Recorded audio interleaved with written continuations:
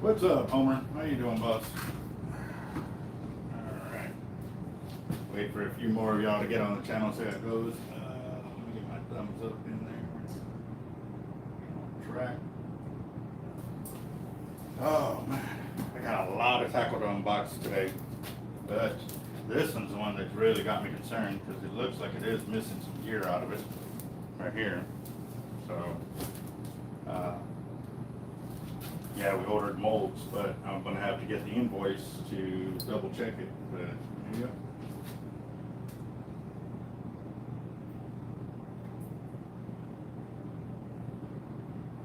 Joseph, Jaime, Patrick, Lewis, Craig, Miguel, how y'all doing, guys? Brandon, yep, Bluegrass, Brady, how you doing? How you doing?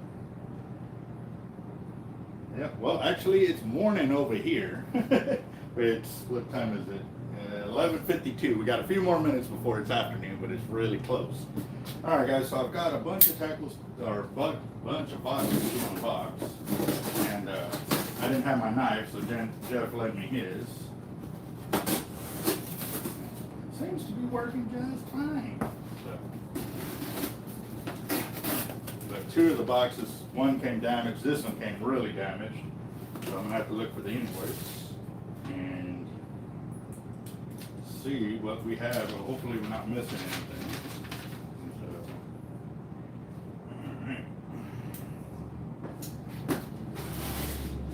All right. So one of the biggest things that we've been looking for are the size 2 brass eyelets.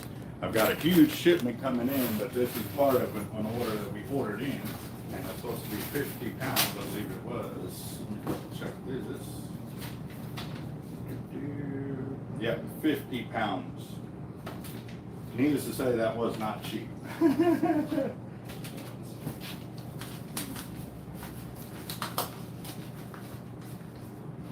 got 1, 2, 3, 4.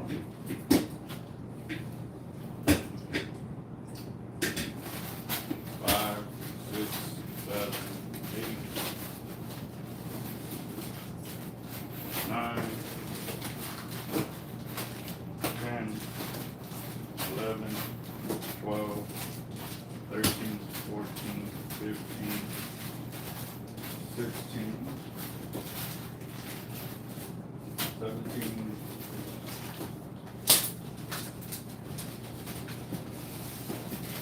18, 19, 20, 21, 22, 23, 24, 25, 26.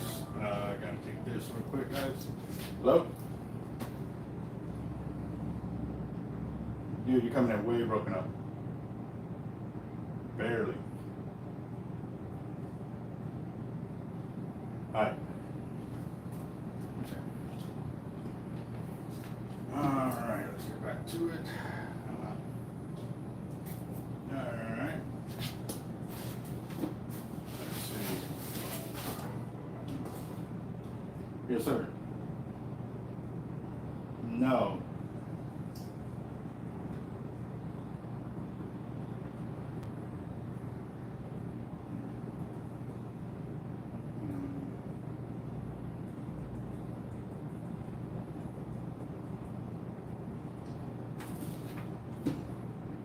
Alright.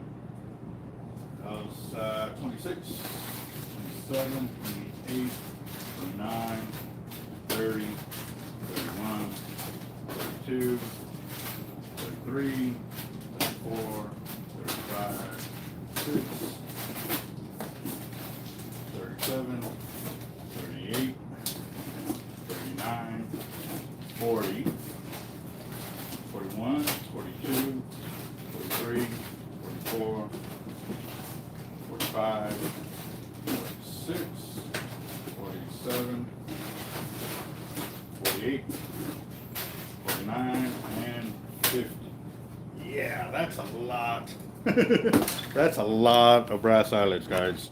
What we use these brass eyelets for is to make our regular weights here. These are size 2, and that's a majority of what we make here, the size 2 brass eyelets for most of the weights. Yeah, that's 50 pounds of brass right there. If I'm not mistaken, it's between 660 and 880 of the brass eyelets come in this size or this weight class of bag. So all right. Let's see if I get this a little closer for y'all. All right. Now we've got molds that came in. Looks like these are the handles for it.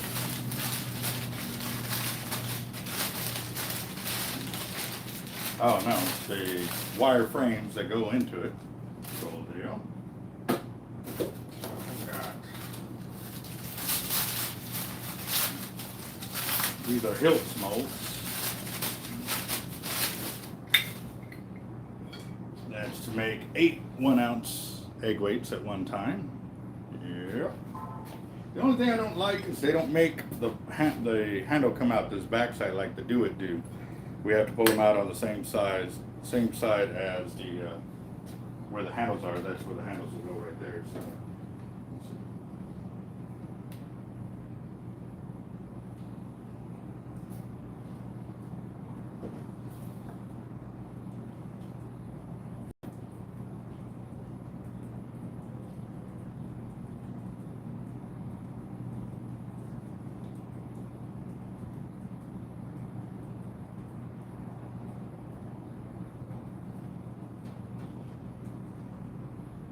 Alright. Let's see, we've got a few guys on here. We've got Hard Life Zion in here, Lewis MTZ, Brandon, LaCroix, Jaime. Hey, how's the weather out there, boss? We're getting a little bit of rain over here, which is nothing compared to what y'all been going through the last few weeks. These are the handles for 5 molds right there. Looks like we got more handles right there. That's 10 handles. 10 sets of handles. Yep, 1-ounce egg weights. Definitely have to start setting these out so y'all can see how much gear we got in there. Oh, oh, that hurts. Oh man, box of molds just fell on my toes. Oh.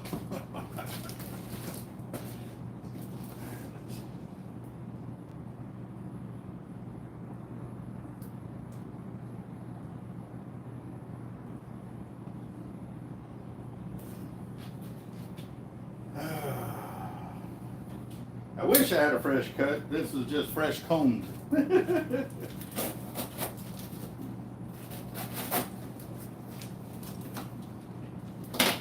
that down before I try to catch molds falling out or something.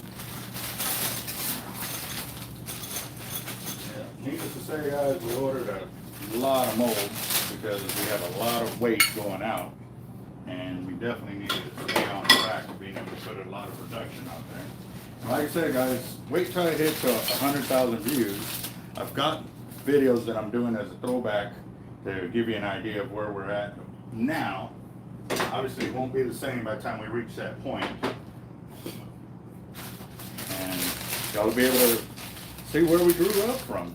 Putting in a lot of hard work and effort. Oh. There we go, 4-ounce pyramids. That was a 6-ounce bank weight mold.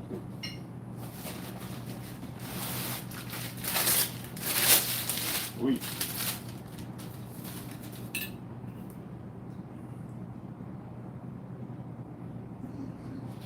All right.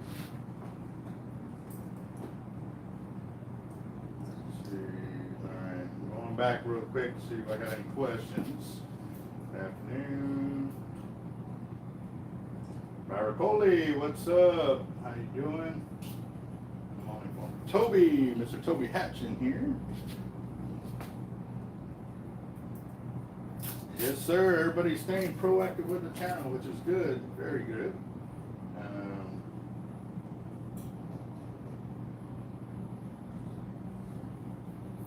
Yeah, I need to get me some steel-toe Crocs. I didn't have them on this morning, so that box fell on me. Yeah, that did not feel good. No, the big black drums are in, guys. It's just not crazy numbers of them, but they are in. We got a 6-ounce bank weight. We got 8-ounce bank weight mold now.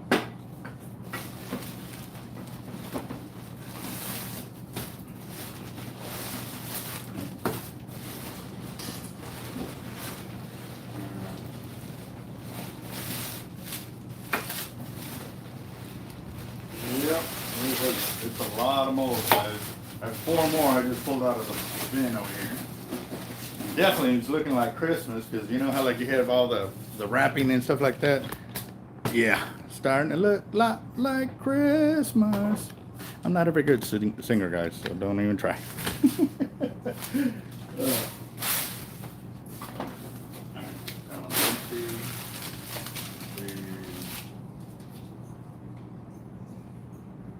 I saw something about thoughts on 80-pound hollow core on a 50 wide. Well, that all depends, boss. What kind of 50 wide are you using, and how are you using it? Like, how are you planning on fishing that mold, or that that reel? Because if you're on a boat, you're fine. That's plenty of line for that type of reel, and you can definitely pull in some fish with that. But I wouldn't recommend it too much for land-based unless you have a top shot of, say, 130 pounds to give you more abrasion resistance against the sand. So,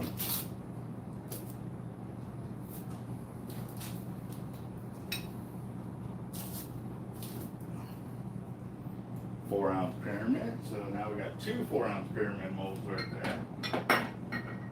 2 8-ounce banks, 3 1-ounce egg weight, 2-ounce bank, or 6-ounce banks.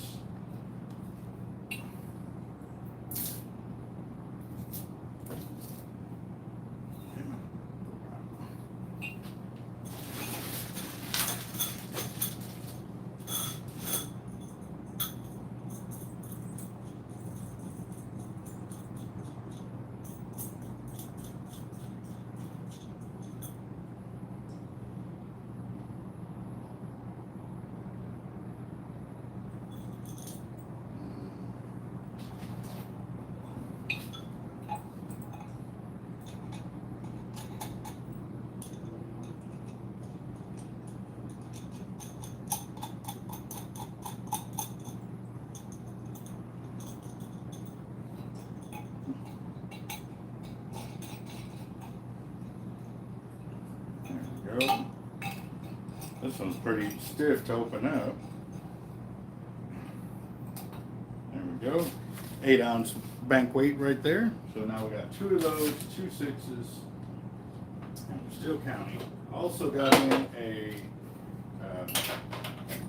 Avid 30 EXW in purple. This one was actually a trade-in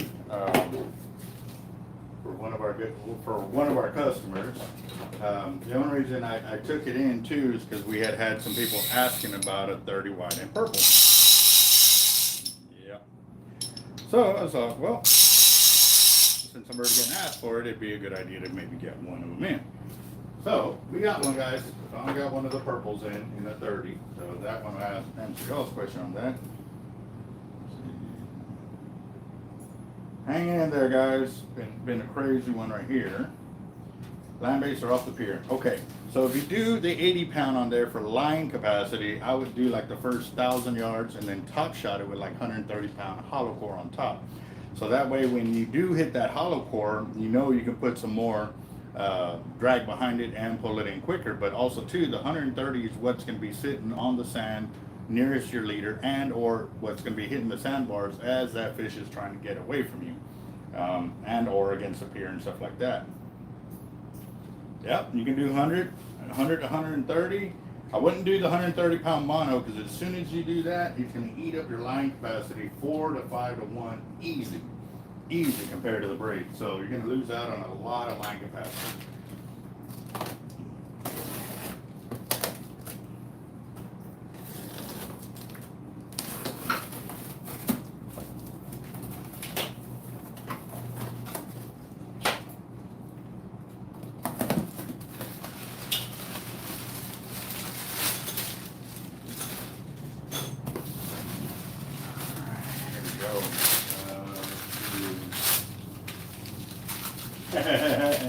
Yep, yep. The waffles are definitely going to come out in different kind of shapes.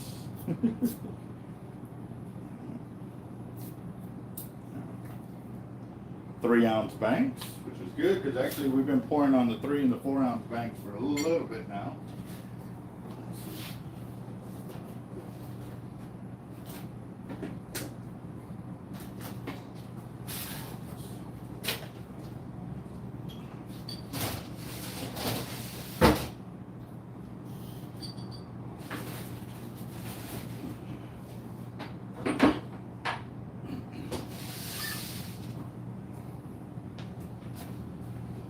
Oh, there you go. All right.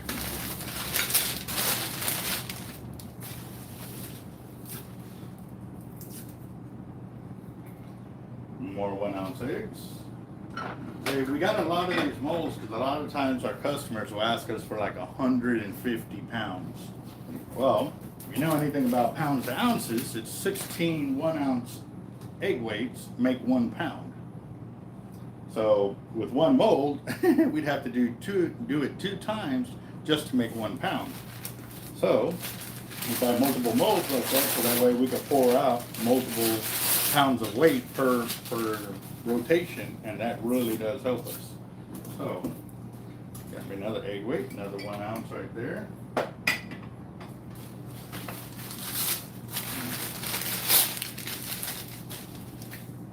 Three-ounce banks.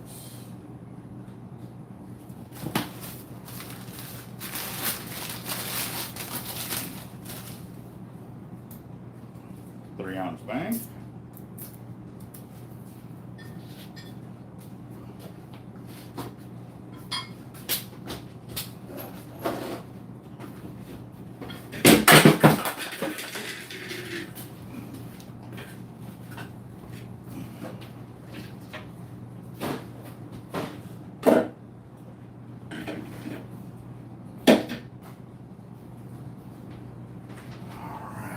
Go. I was gonna do 12 to 1300 yards 100-pound braid, and then like 80 yards 130 mono. What kind of 50 is it?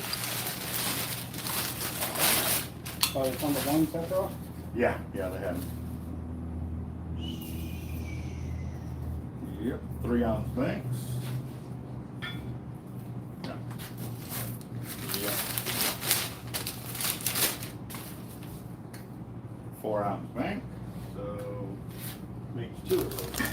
I have 4-ounce banks somewhere. Did you put all the banks over there? No, I'm still on box. I got this one and the next. Oh no, that's it, right? Yep, that's the last box right there.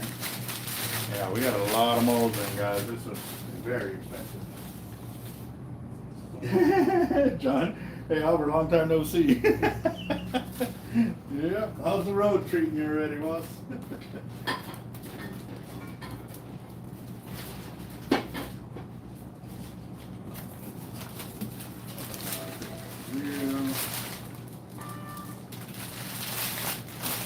Ooh, what kind of Patriot rail? Because I make them from the SX all the way to the 130.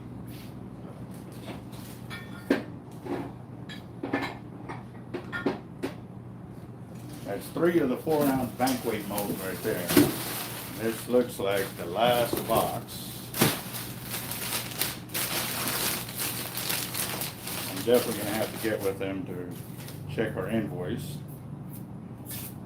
Make sure we got everything we're supposed to get. That's 1, 2, 3, 4 of the molds in the 4-ounce bank.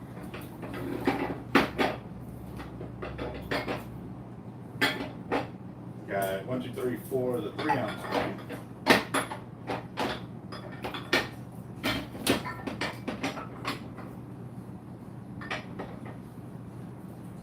Two of the 4-ounce pyramid, 5 of the 1-ounce egg weight, 3 of the 6-ounce bank, 2 of the 8-ounce bank. Now we got another box. It looks like it's from a customer.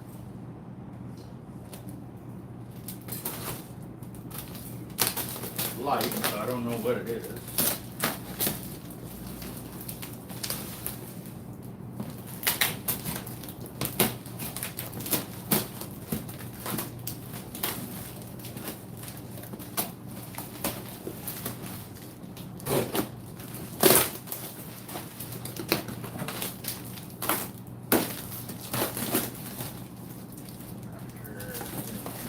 Okay, we got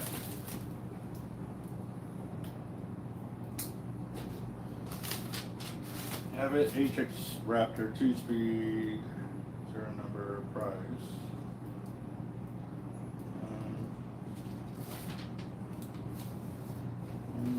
Okay, we got a phone number and reels. We got reels in the boxes.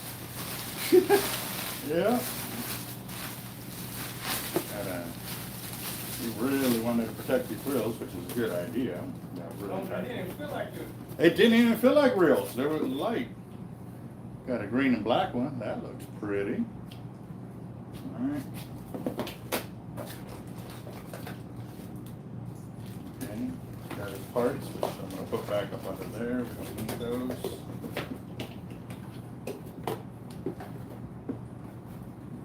Okay. We really didn't think there was those reels in there. We thought it was clothing. Yeah. All right, that's one reel.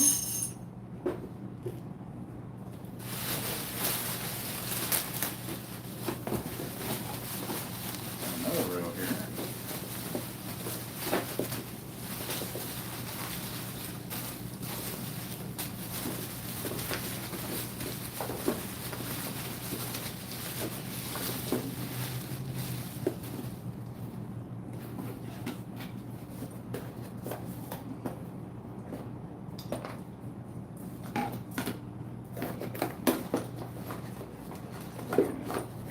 Got his gear in there. Got another. Oh, I see what he did. He got two of them and they just interchanged the parts. Okay, okay.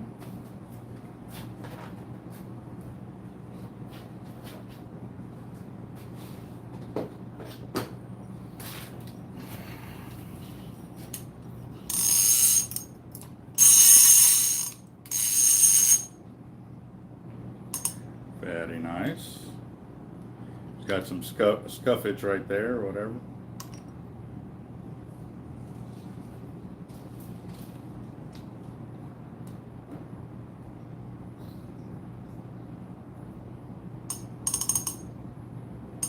Pretty clean looking. Very clean. Okay.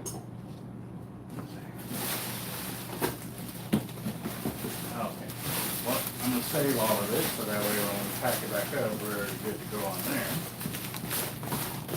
That's one box. Another box.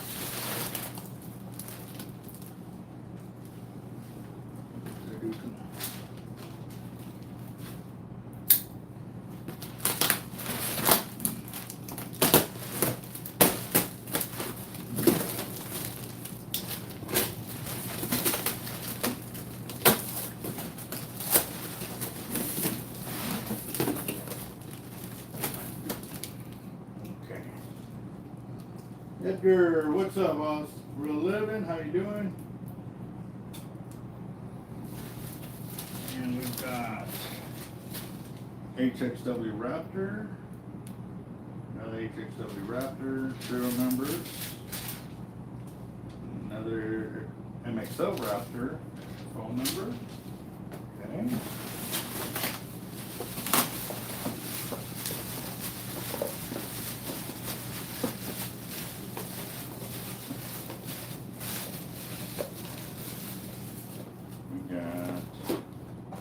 Gunmetal, MXO Raptor. Definitely took care and all the exposed parts from the bag or whatever. He put some extra padding in there, which is good. Beautiful, beautiful, beautiful. All right, so.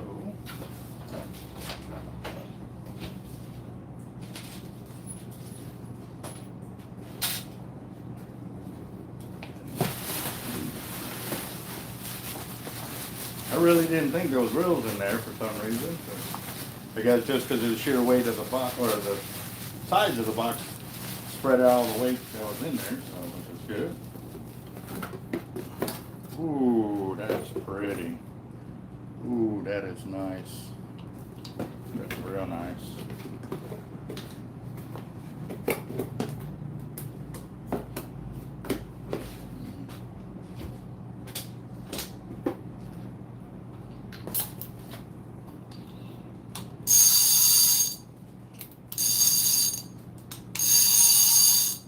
There we go. That's an HXW Raptor right there.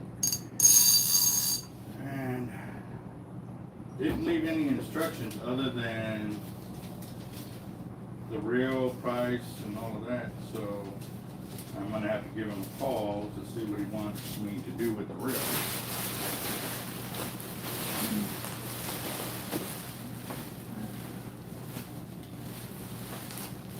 There's a hoodie in there too. A nice hoodie. Let's see why that's in there once I give him a call.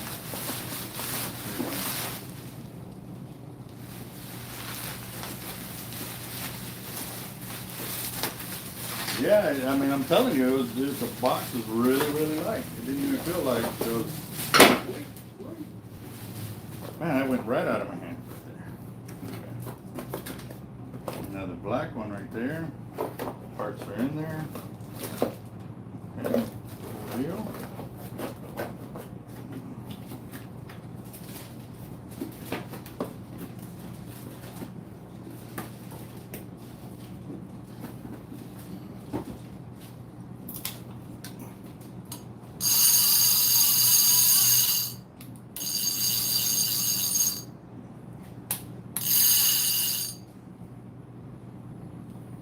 Mmm. Brand new reels. That's a lot of reels. So I don't know what he wants me to do with them. I'm gonna have to give him a call and find out. Give me a second, guys. Let me call him up real quick.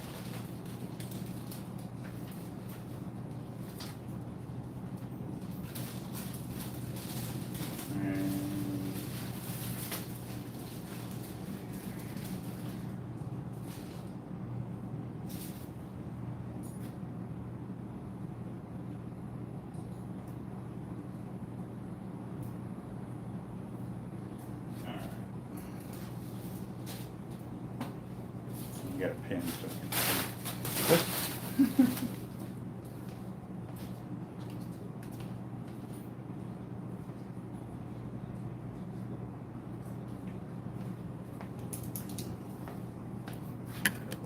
How you doing? This is Albert with Heart Lives Bait and Tackle.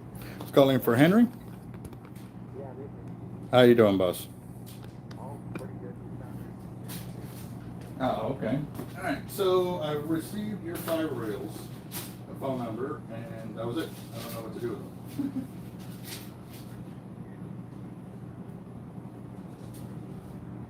Mm-hmm. Nope.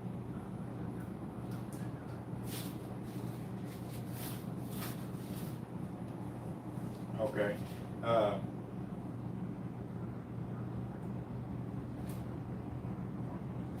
Okay. But you know they are on sale right now. They're 10% off right now. So if you're trying to get as much as you can off of it, I would wait until they're not on sale anymore. And that won't happen until after January 1st. Yeah.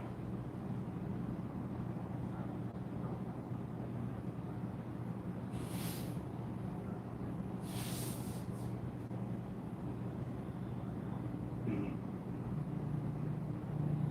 Okay.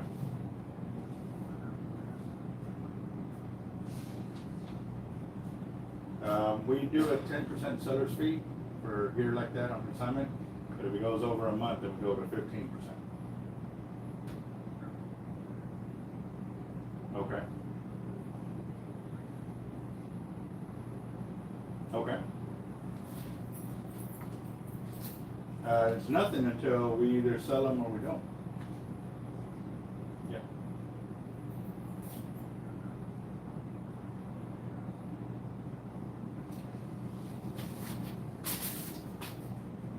Mm-hmm. They are 40 each. 4 or 5X, something like that.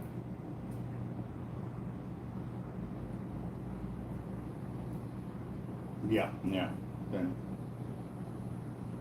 right? Yeah. No, I know we got up to a 4X.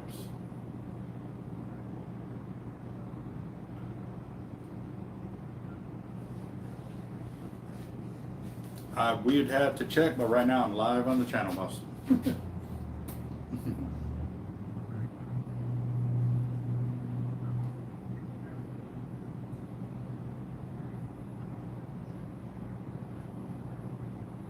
Okay, boss. All right. Yes, sir. You have a good one. All right. Bye-bye. All right, guys. So the customer is selling the reels and asked us if we can help him get rid of them. So right now it's actually a good thing because we don't have a whole bunch of HXW Raptors. I think we only got one. Yeah, we only have one, so now that's 4 more. And for the HXW Raptor, actually it's 2 more because they're the white series. These are HXs, which have EMC on them and stuff like that. And then a gunmetal MXL, which is one of the colors we don't have. Cool. All right, so we're gonna show you what's gonna happen there. But man, what a mess I got in here. That's my whole spooling area right there. So I'm gonna have to sort through this, but I gotta jump up onto that spooling machine right there, so I can spool up, down spool, and re-spool these reels. Got to do an 80 is the main one we're concerned about. I got to do this 80 right here too, and it's a lefty. I keep forgetting. It's a left-handed 80 right there. So, yep. We did a video on the 130-pound Gen 3 hollow core on here to get the line capacity, because he's trying to fill this reel up with as much line capacity as he can get. Well, we did it with the Cortland braid, and we got about 50 to 100 yards less than with the diamond. But now we got the tight line braid in, so now we're going to go and put that line on the reel, and we're going to see what we can get for line capacity. So let's go and download this, and let me get this up there. I want to drop it because it's very expensive reel.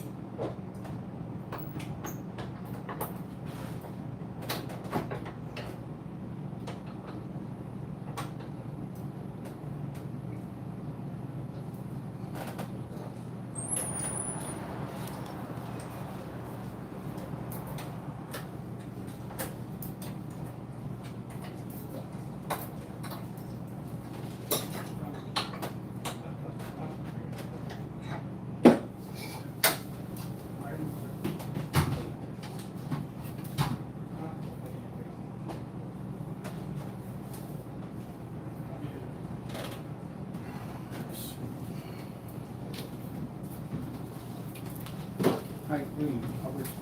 Doing all right, boss.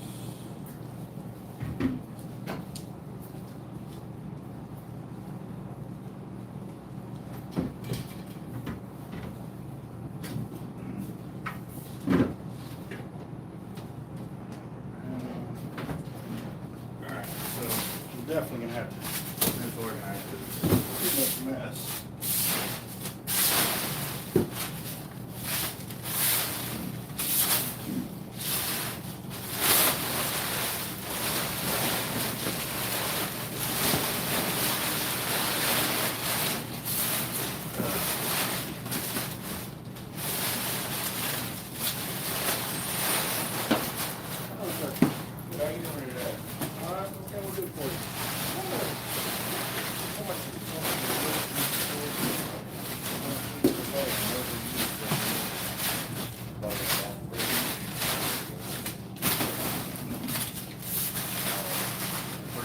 check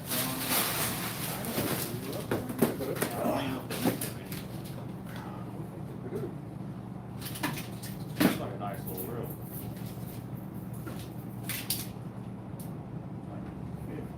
How would you want it full? I was talking about that hollow line. The hollow core? The hollow core with the 10-foot shocker or something. Or something I'll put on there. We just use straight braid. Just straight braid. Okay. And that's because we stopped using mono about 10 years ago. Oh, okay. So. Well, guy said he had the hollow and he had a 10-foot shocker on his. A 10-foot shark leader? Or? Shocker or something he was telling me. Well, what pound test are you going with? Probably around 50, 60. What we would do, we could do the top end, a top shot of say 80 pound or 100 pound. That way it gives you more abrasion resistance. Yes. It's not really for a shock leader because Oh, okay, that's fine. Yeah. That's what I probably meant. the shock leader, basically that's the monofilament leader that you use and stuff like that. We used to think that the braid really needed top end of mono, but that was for abrasion resistance and stuff like that, so it wouldn't get cut off. However, we started realizing we don't need it at all. And as you can tell, all my reels that are here right now, I fish straight braid all the way up to my leader and stuff like that. That's So. why I'm gonna get a price on it. I don't know how many yards that thing takes. That MXL size? It's not small. Yeah, that'd be about MXL. Anywhere from say $90 to $140. We won't know until we actually spool it This up will be the ourselves. first time we've ever done one. Though. Yeah, I've never spooled one of these reels, Okay. so I don't know, but I'm just assuming. It's brand new, even though it's 17 years old. It's been in the box for. Oh, wow. But my dad was able. He went to Virginia. and He bought 2 of them and gave it to my brother. It's been sitting in his garage in his box for 17 years. Well, I would highly recommend you checking it out because it may be of value. And you may be able to.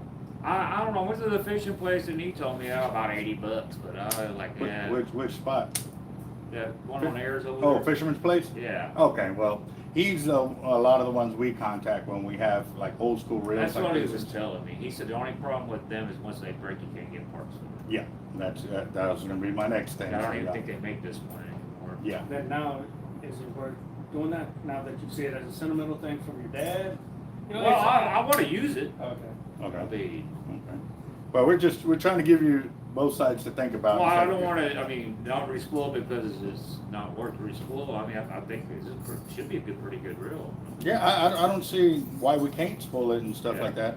We were just thinking maybe, like you said, either sentimental and or monetary value, but you've already pretty much nailed them both by. Well, that's what he told me. That's the only person that I've got. Now I'm going to tell you something else. The braid that we do put on it. Say this reel does crap out on you a year from now or whatever. Yeah. Don't sell the reel or don't throw it away because you don't feel it's valuable. The line itself, you can bring it back to us. We'll down spool it, save your line so that way when you get onto your next reel, we can put it onto that reel. So this one line will last a while. Oh, yes, yes. But you are going to still get cutoffs and stuff like that. But with the hollow core, we can splice it and we can maintain your line capacity. Okay. So, So we're looking where you said about 80 to 100 and something. 80 to 140 at max, just depending on. But I'm thinking more on the low end. But I really won't know until I actually spool it Okay. myself. Now, is there a cheaper, decent, or is that? Well, what ends up happening if, say, you go with the solid braid, a lot of the solid braids have also increased in price to where they're in the same boat as the hollow core braid. Okay. The thing about those is when you do break off, you can't splice in. Like you'll have knots Yeah. in your system, and if you're casting out and doing all of that, it's going to be hitting your guides, and or if you catch it just right, it could split your thumb open. Hollow core, there's none of that. There's no more knots. It's all hollow core And splicing. it's probably similar in price. Very, very similar in price. This guy's told me he could respool it. I mean, I'm store bought stuff Mhm. for about $50. But Yeah.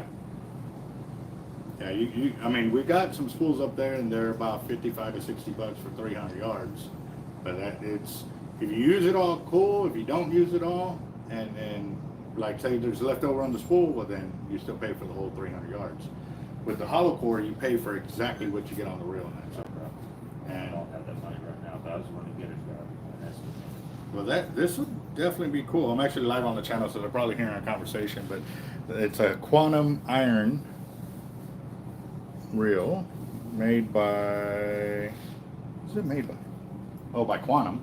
Oh, How long ago did your dad purchase I this? think we bought it in 2005 Oh, at okay. Bass Pro. Wow, it's been in out there long. Virginia. Okay. He bought 2 of them. I don't know what happened to the other one. Some family member probably. Yeah. But it says 320 yards of line on there, so I'm assuming that's monofilament. If that was braid, it'd be closer to 400 to 500 yards easily. Yeah, but what I need, got probably 300 should be, well. Well, you're dealing with 20-pound mono too, is what it's saying. See, the reel's so old, they don't even show braid on there. Yeah. A lot of the stuff now, everything that you buy, if you do buy it, they show you braid and mono. Some of them just show braid line capacities and stuff like that. I have to check the books and stuff like that on these, but a lot of the reels coming out now, they give you that option for braid and mono. I know a lot of the spinning reels do it too. Right here, it says the yardage 20 pound, Yeah. 325, and then they'll also show you in braid right here the ratio. Yeah, most of the reels I got, they don't even have braid on there. But Yeah. they're old spinning reels. I mean, even like the older pins and stuff, you can put braid on them too. Yeah, yeah, we do that all the time with those. A lot of those actually have braid on there, even Okay. for Albert Garcia. The braid does not mess up the reel. The monofilament messes up the reel because it squeezes out the spool housing right here and stuff like Does that. it? Yeah, but no, like I said, with the braid, it's an investment, but at the same time, it saves you money in the long run. If you break off, and like it was the end of your trip, you come right back, you just pay for the addition that we put on there, say it's 20 or 30 yards. That's all you would pay for. Now you're maintaining your line capacity rather than replacing everything. The old school way is you use it until you saw the spool, and then you would go and throw the rest away and then re-spooling it. So you're always having to re-spool this at that amount. This amount, with hollow core, you'll never see the spool again. So unless a big fish spools you down and goes from there, then you would have to deal with that issue. Well, I'm trying to figure out what pound size, I mean. We can do that 50 and put 80 on top, and 80 is super thin. I've actually got it over here. This is 80-pound test line right here. Okay. Now, if I went with 80 all on here. All the it's way gonna through. cost- No, it's going to drop down in price because you're not going to get the line capacity that we would get. Yeah, well, what about the casting capacity? Oh, you'll be casting. Pretty far with 80? I get 100 and something yards with these. But 80 might be the way, that way, yeah. It drops down your cost as Well, well. the more- It's sold by the yard, but you're increasing your weight class of the line all the way through. So 80, I can get way out there. But Oh yeah, you'd probably quarter of that spool would be gone on cast. then it'd be less, or Less in price, yes. less yardage too, right? Yes, way less yardage. Yeah, the 50-pound, by doing 50-pound there gives you the line capacity. So, Well, I mean, if I could get at least 300 yards. I don't know. If I could hit it. Yeah, I don't think I would get 300 yards of 80 on that size of reel. What about 60? 60, 65, I think I could get 300 yards. Then I'll probably go with 60, 65. But that can take your price. It'll still be less than that 140 I'm telling you, only But because. less than 50, right? Yeah. Oh, less than $50? No, less than 50. The Then 50 pound. 50 pound. Yes. Yeah, 60. the 50 to 80 that we're quoting you, like I said, the 80-pound acts as your abrasion resistance and when you're casting because you're trying to throw heavy weight or whatever Yeah. it may be. Once you get closer and you get into that different color, which is the 80, we normally tend to do 2 different colors, so you know when you're in that top end, you can put some more drag on it and get them in a little quicker. So, Well, this has got that adjuster. well, that's a spool tensioner. Tensioner, Yeah. The star drag right here is what actually controls your drag on Sure, there, yeah. to fight big fish or not.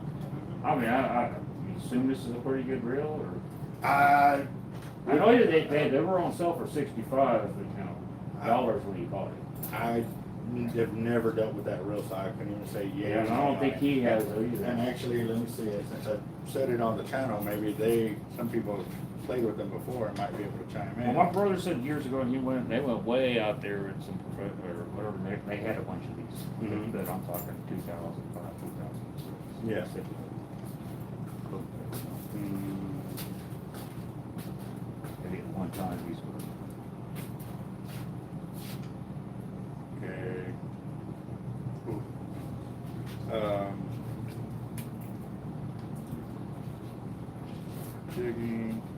they're giving some pretty good feedback on that type of reel right there. So So it'd be worth the 80 to 100 something, $100+ to get the Respooling. let's see. Now, what should I do as, it's been sitting for a while and it's never been used, but would I think that I should take it apart and boil it up? I would say yes, only because some reels, the grease would cake up and dry out, basically like a dry rot. Yeah. I don't know what kind of grease they used on there. It's real simple to take apart, I guess, according to the instructions, it's 3 screws. I was gonna do it myself. Well, I would definitely look into that before spooling it, just because, like you said, it's been sitting for so long. Some of that grease may dry rot or whatever. What do you recommend what type of grease to put in? Actually, that would be a question I would send you to Fisherman's Place, because he does a lot of the reel fixes and stuff like that. Yeah. And that would be more of his question, because I know a lot of things have changed from when I tried cleaning reels about 20 years ago. Oh, you don't do that? I don't do it no more. Yeah, he's gonna charge about 30 something, somewhere. Mm-hmm. Yeah, that's I about. don't wanna spend like $200 getting this thing ready to go, so that's what I get Well- right for it. Well, I just figured it out. If we got 300 yards at 28 cents a yard, it'd be at $84. And that's what pound, And it would be at the 80 pound. of the 80 pound. Do I need Well, it's not that. It's not. I'm going up to really- big reds, basically. I mean, yeah, I could get something bigger. Well, it's not really that you need 80 pound. We do the 80 pound so that way when you come up against the rocks or you're on a sandbar, or you come up against a pier, it gives you more abrasion resistance against all the That's a stuff that full we- spool of 80. right? Yes. Yeah. And I said if I hooked an 8-foot shark with that 80 pound hold. The 80 pound will hold. But it's not what I'm fishing for. But Yeah, but everybody knows it's not Yeah. really what you're fishing for. Yeah, It will bite. it is what bites. I don't know if the reel would hold. I had an issue last But night. there's a few guys said that they were using them for offshore fishing. And These, Mhm. that's what my brother said. They went out with a company boat. Right here, good reel, nothing wrong with that reel. Albert has sand, which is that one. He's got 2 of them. And he's actually recommending don't clean it yet, just use it as is. Even though it's been 17 years. Yeah. See, that's the thing about my channel is we. I got your thing. I haven't looked at it yet. You gave me a card last time. Okay, so with the channel, we have learned from each other that, everybody's at all levels of fishing. Yeah. But we keep it as honest as we can all the way across, whether people like the knowledge we're putting out there or they don't, it's up to them. However, we're gonna be as truthful as we can with whatever we put out. You say there. not, but don't clean it. But Yeah, he's saying don't clean it. But does he know it's been sitting for 17 years? You hear that, boss? It's been sitting for 17 years. Would you still recommend Never not cleaning used. it? Never used. Yeah. It's not dirty. I mean, it's brand Oh, new. it's brand new. Yeah, it's never even been seated on anything. Yeah, there's never been no line. Anything. Yeah, and even the drag was backed off too. That feels smooth. I've tightened the drag up a little bit, but just enough so I can still spin this. Like if you're holding it like that, the fish is pulling off.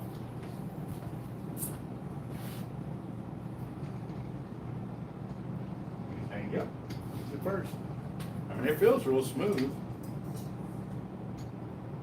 Now, as I understand reading the instructions, once I get the line and get my tackle or whatever, leader and weight on there, I said hold it at a 45-degree angle and let it drop and get adjusted. Yeah, that's for your spool tension or that's for casting out. So every time I change a weight or something different, I have to do that That- 45-degree angle. Yeah, that's so that way you can time it. You're supposed to time it to where it hits the floor. Okay. And that will help you with your cast. So yeah, you would tighten it or loosen it as need be. And that helps it. That tension on that spool helps it from backlashing. Yes, it It's will. still backlash, but minimum. It will help with it, but even then with those, people are still thumbing the reels because a lot of times we don't take the time to use the spool tensioner on it. Yeah. But you gotta realize that if you get it too tight, you're not gonna get out very far. Yeah. So you gotta play with it to see where you're gonna get the best casting on it. Well, Each you reel will have a always have your zone. thumb on it. I haven't cast in bait casters in years, as you can honest with.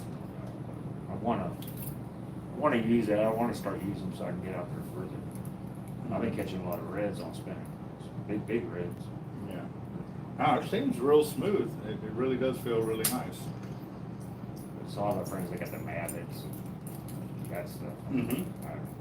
I wanna learn how to use something like this before I graduate to that. Okay. Well, I'm gonna tell you what. These may be a little bit harder to work than those. The Well, reason so it because- doesn't have the, Well, these don't have worm guide either. yeah. The reason why I'm saying is because you have to deal with the spool tensioner to figure out where you want it. This one is got a magnet on it. Yeah, the Raptors or Yeah, T-Rexes or whatever. Well, they have them in single speed and 2-speed, which aren't Raptors. They'll be a G2 series with an MC. That's basically an internal magnet that keeps it from, or helps you with the backlash. This spool tensioner here is something that you're gonna have to figure out, see if that's the right speed for you by counting on it, whether it be 8 seconds, 9 seconds, or 10 seconds for it to hit the ground, and then you figure out which one is gonna work for you on cast.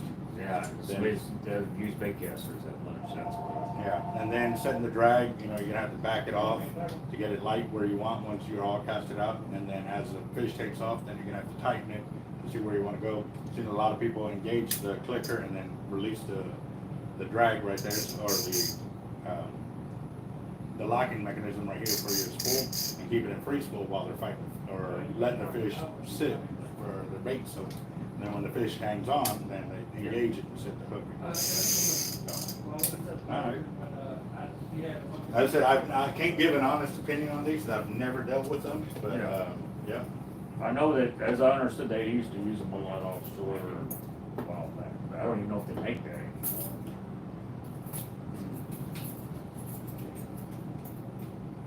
Now, and he says it's a nice reel for reds too. A lot of people are giving a lot of positive feedback on that. They also say to use pin grease or Abu Garcia grease on it when you do decide to clean it and stuff. But what he's saying, use it right out of the box. You're good to go. So. After 17 years or so. But it's never been spooled, never been used, so, I just don't want to, mess it up inside. Well, the one true thing is, if it needed it, and while I'm spooling it, it'll let us know immediately. Like, we'll know about halfway coming out the spool if it needed to be cleaned or not. But for the most part, like I said, a lot of the things that, like I said, with the fishermen that are on the channel, we built it up on knowledge. Not, hey, it's fishing by the tree or this and that. We don't allow a lot of BS or trolling. So a lot of people that are speaking here are from firsthand knowledge of using the gear, playing with the gear and stuff like that. So Yeah, because most of the guys I know, they've never seen them. well, a lot of these guys, they have them. They're using them. Well, that's good. Now here locally, or? All over. Actually, there's guys in Florida. There's guys on the East Coast. I got guys on the West Coast as well, overseas. I got some from Australia, South America, China, Japan. Yeah. You're international. Yes, sir. Man of Mystery International. Yeah. So, like I said, right now, if you did with straight 80, if we got 300 What yards. would you think this would be, where you wouldn't have a clue? I don't want to sell it, I mean, my brother gave it to me, so I sell it, then I'll hear all about it. Yeah. No, I want to use it. Because I want to start getting the bait casters, I'm like, well, I guess I'll start off with this. Yeah. Well, the 80 pound would be where it's not too heavy, not too light. Now, when I reel it in, I'm going to have my finger. Yeah, your thumb. You use your If thumb. I don't, it's going to get all messed up, right? Yes. So I'll have to get used to that. You're big time used to that. And because you're telling me that, what I would also do too, I wouldn't even spool it to the brim. I'd probably leave it about a 30 seconds of an inch from the top end of the spool. Mhm. So that way, as you're using it, you're going to see the line expand on the reel. So when I spool in, I spool it real close to itself while I'm reeling in. Like I'm turning fast, but you'll see I'm moving real slow left to So right. I need to go like, Yeah, you'll push it to the left and to the right. Because what it'll do is if you're just cranking on it, it'll pile up in the middle. And then you'll see that ball, and you don't want that. now when I start doing it, if I'm not doing it exactly right, As long as you're moving it to the left and to the right, you can see it stay level. Okay. But if you're stalling out on one side to the other, you're gonna see you get bumps start to form. And Is that an issue or? It can be an issue if it's toward the top end and I have a lot of line on it. You know, right now I'm telling you, because where you're at on your fishing, I wouldn't spool it all. Like on mine, Yeah. I'm at the top end of where I can actually spool those reels for casting. Now, if you told me you were gonna get into them, I wouldn't give you that much line because that reason I want you to get used to it, play with it first, and then. I mean, I've been fishing for over 50 years, but you know, I've used big casters here and there, but I kind of want to start getting more into them because I got big spinner reels and things all that. But, and I'll catch big fish on them, but kind of want to, you know, try this out. See how far. I want to see if I can get That's further. pretty. I mean, like I said, I don't know anything about them, but that's pretty cool to see a reel that age still brand new in the box. I mean, Mm-hmm. It's been sitting in the garage for 17 years. He gave it to my brother. He got back. I didn't get one for some, but I had a nice pen or something at the time. But okay, well, I appreciate it. Yeah, I'll get back with you. I get some money and get it spooled probably. Like I said too, you know, everybody's kind of commenting different things too. You can use some real magic on the gears and play with it. That will loosen up all the grease. There's a few of them, you know, that are saying the real magic and stuff like that too. So. But it's coming down to it. Don't touch it. What right we were now. saying right there, 50 to 80. That's what we were saying too. Okay, 50 to 80. Yep. So maybe 65 range. Yeah, we could still do 65. 60, 65. Mm-hmm. And I mean, I can catch pretty good sized fish on that. If something hits that. Well, you got to figure this. I used to use monofilament, and the reels we would use was 40-pound mono. I've done 8-foot sharks with 40-pound mono. We're just using a higher test line now because it's giving us more abrasion resistance, and the reels have a lot better drag system, so we can put a lot more pressure on it. I'm not putting 80 pounds of drag on it though. I'm only putting 20 to 25 at most on most of these big fish that I'm pulling in, and it works. You know, it's just for the abrasion factor of being up against the jetties or being against the rocks or against sandbars and stuff like that. I'm bringing big reds in on 25 mono. Oh yeah, all day long, all day long. Yeah, I bought 43 on the other night on the 25, and I had 60 filament leader. Mm-hmm. But last night I cast out and something hit it, and I brought back my hook was gone. I had to be a shark. Cut that 80. I put 80. I cut that 80 right. Were you now. on the beach or in the back bays? No, I was over at Cole Park. We're catching sharks and big reds out there. Yeah, they got sharks. I want to live a few, 6-7 minutes, so I don't have to run all the way out there to the beach or whatever. You know, I just go there, get out of the house, and they catch a lot of fish there. That it is. I've got It is a four real big, good spot to fish. four oversized reds and about 5 or 6 oversized black drum and about 5 or 6 small sharks out there, and thousands of sand trout. They're really That's good a for bait. That's That's really good for I bait. caught everything I caught there in Indian Point, all on sand trout. Good deal. Good But deal. last night we went to the water starting to get. They weren't hitting the lures like I couldn't catch any on lures last night. Yeah, once the water gets real dirty and stuff like that, then yes, it starts to change up what kind of lures you're going to use and so forth. We were catching them on the imitation bait.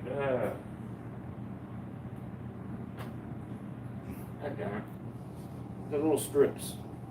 Fish bites. Fish bites. Do Yep. you have any fish? Yeah, they're right there behind the counter. We would get them for you. Okay. All right, guys. So now Jeff's got him over there, and I can start getting over here. I don't know why I mounted it. I need to take it off first. I gotta get the line off. So let's see if maybe I can get it off here. Nope.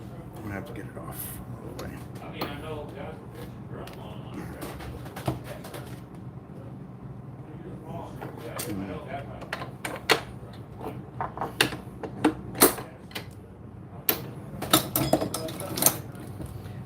Yep. I know a few guys that live right next to public piers like that, and they get to go fishing pretty much every day. It's pretty awesome. Let's see.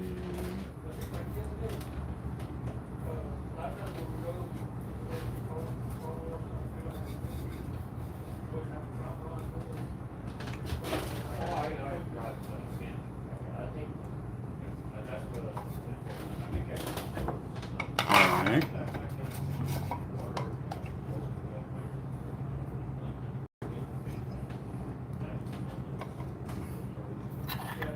Mhm.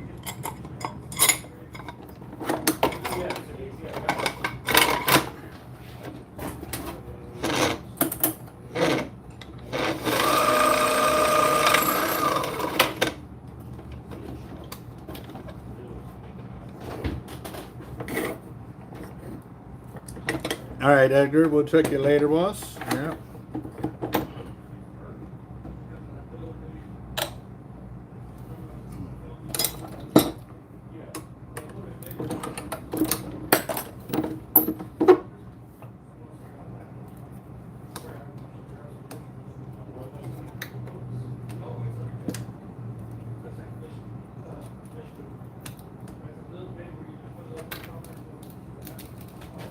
All right.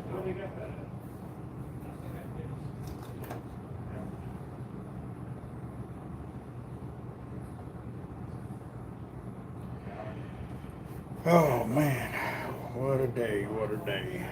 Been very busy.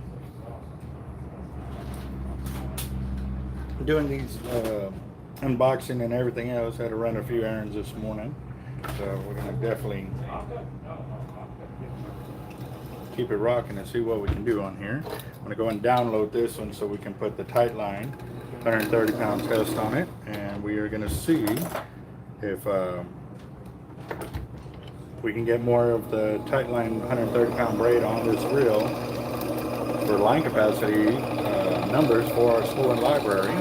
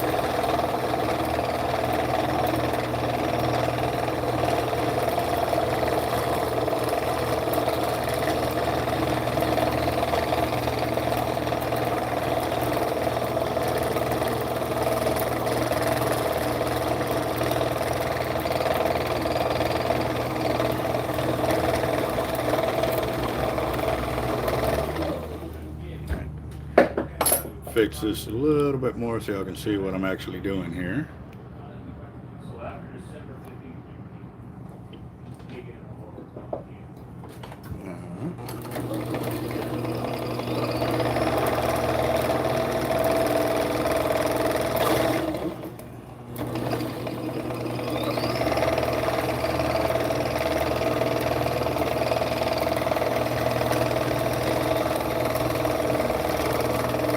So how's everybody's weekend this weekend, guys? Anybody get to go fishing? I mean, we got a report from John Darnell who went out there and got his limit of redfish and got some good fishing in.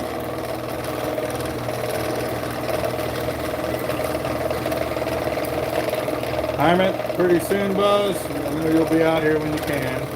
Stay safe on the road. I know it's been raining and stuff like that. A lot of people don't really know how to drive in the rain.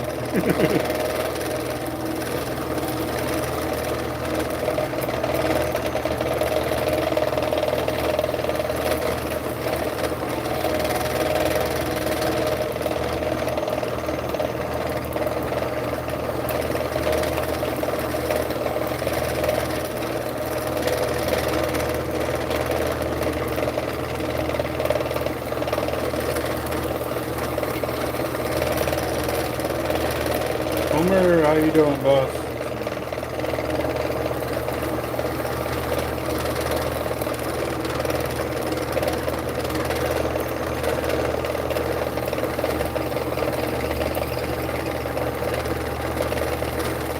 That's good.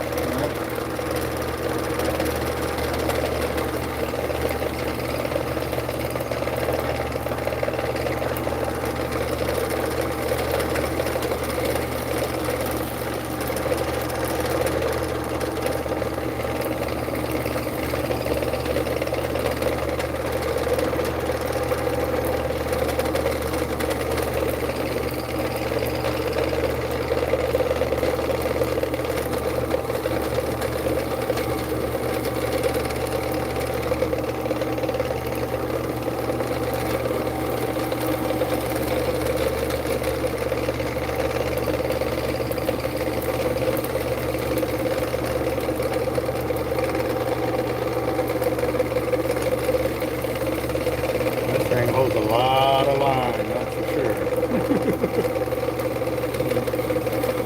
So I'll be putting 130 pound of the 12 strand tight line braid on this reel. We're going to be looking for line capacity numbers on it.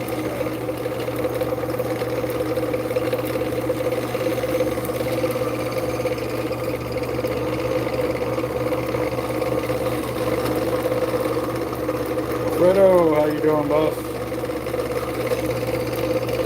And down spooling is accurate. I also got to do an Avid 80 too. So I've got one in there that we got to down spool and redo this. And this will be a nice side-by-side comparison too between Avid and accurate. Because right now a lot of people are under the assumption that accurate holds more than the 80 does, or the Avid.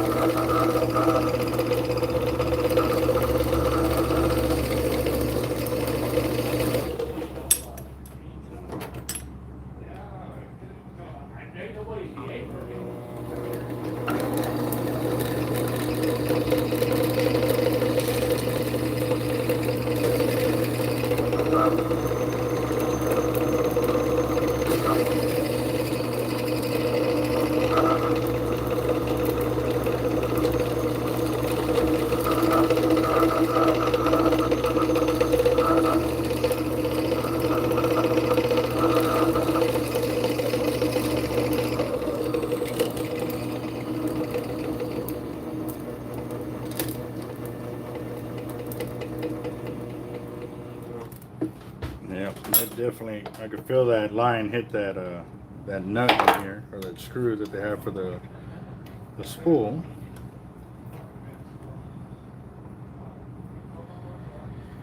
Just gonna get this off of here real quick.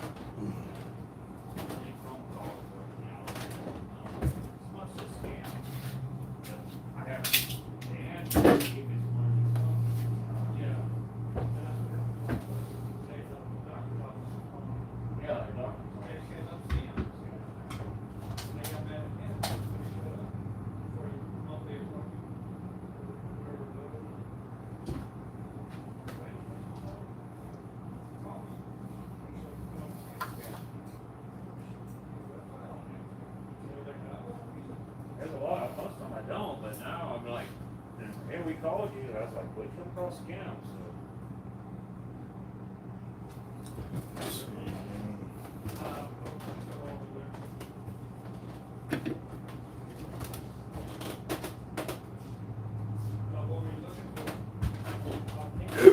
Oh, excuse me.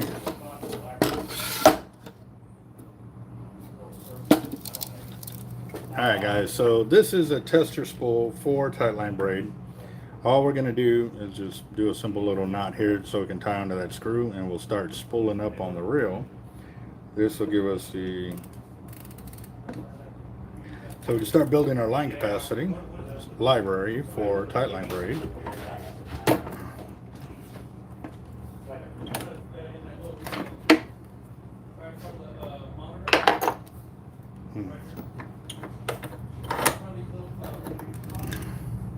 That it would. The red would definitely look great on there, but we need to spool it up with 130 and go with it from there.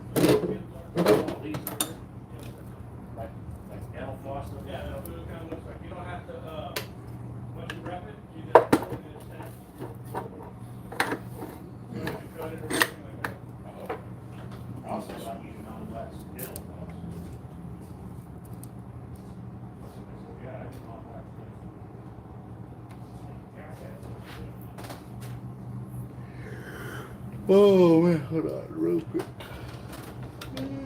Oh, excuse me.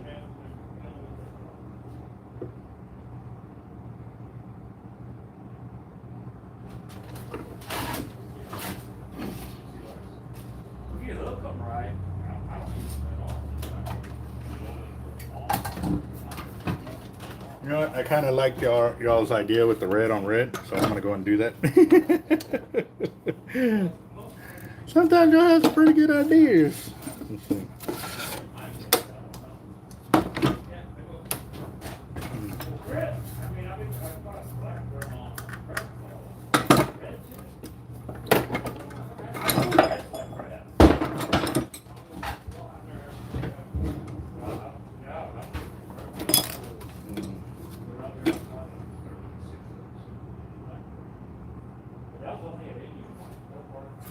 All right, guys. So one of y'all recommended red on red, so I'm gonna go and do that just because I had it available.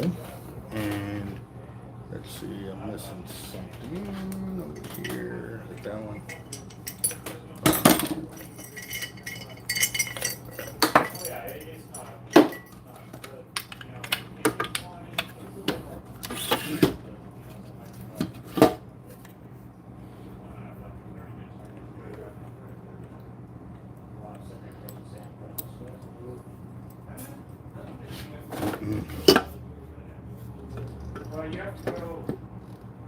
That'd be sweet. That would definitely be sweet. We actually had the rock group Saving Abel come out here in their trailer, their bus or whatever that their travel trailer bus. So that was pretty cool having them pull up like that.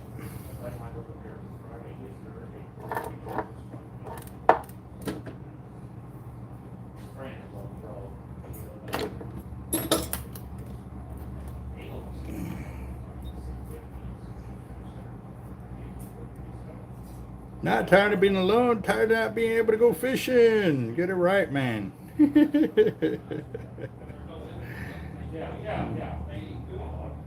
don't know either. Well, I don't. Let's see. Let's get back on this reel real quick. And I'm just going to do a simple loop on here, like I said, just to get the reel started. And we're doing this strictly for line capacity only, guys. I want to remind y'all. That's why I'm not going to tie it like tie one of my good knots on there. I'm just doing it so I can get the line capacity of the braid, and then we'll be stripping it down.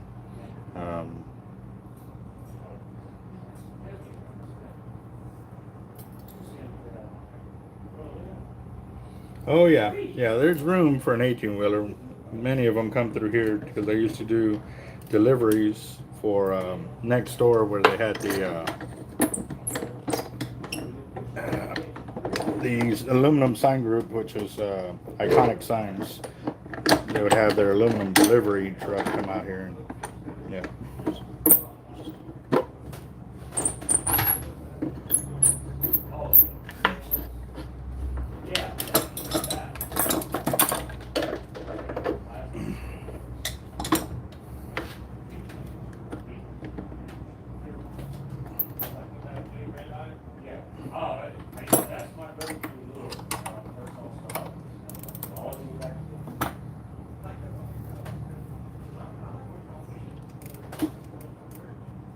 All I'm doing is going to put this little loop on that screw and start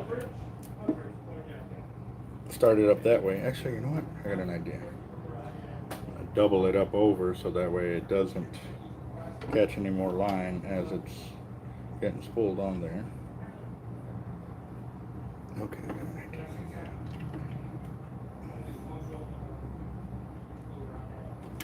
Yeah, these screws, they definitely scare me, guys, because, you know, one day you'll eventually get down to that knot, and the threads that come around it to the left and right of it have to hit that lip of the screw, and it definitely can fray up your line or whatever, because you can feel that lip on there.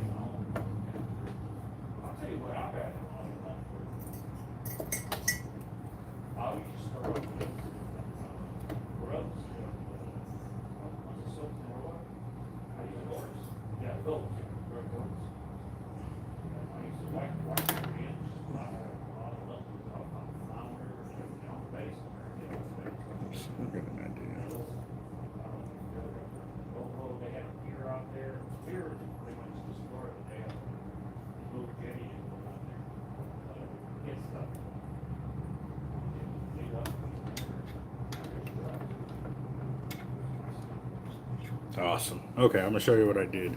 See if y'all can see it. What I did was I created that loop and then I went around it twice. So now I got a little protective barrier so that way my braid doesn't catch up underneath there. But this is a left-handed reel, so we'll be spooling it up lefty.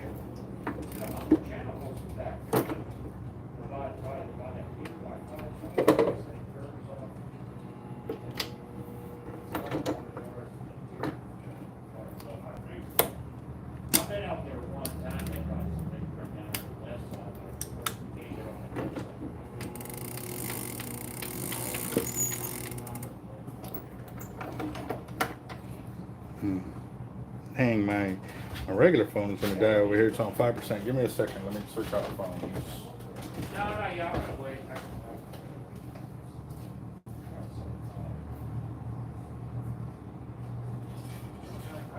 That's just a little 10-foot double.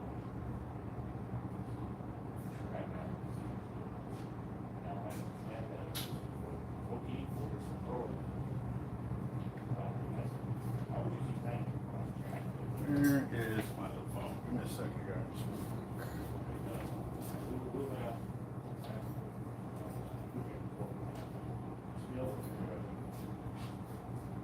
We never even used them. We didn't adjust it, and we just went right in the water with it, and everything was adjusted.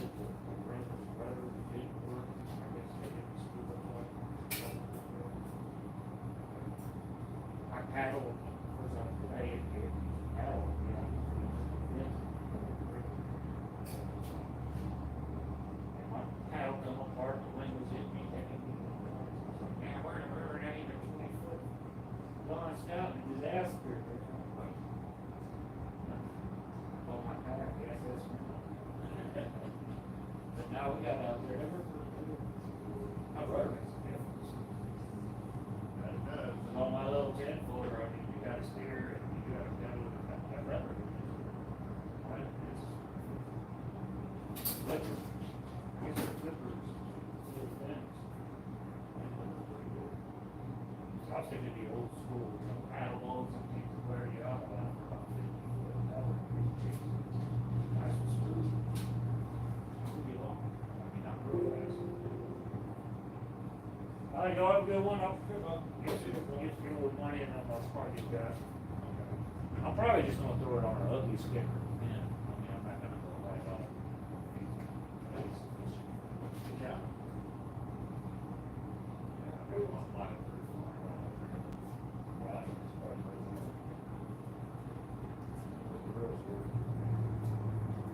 All right, y'all take it easy.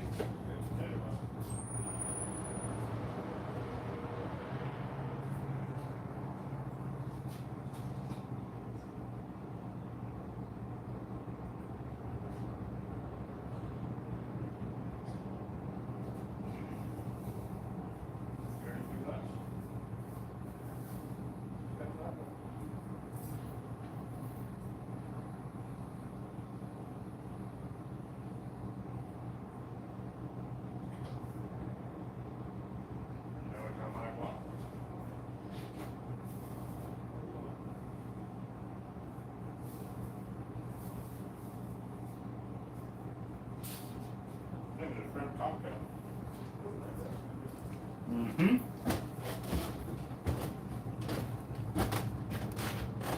All right, guys. Sorry about that. My other phone was dying on me, so.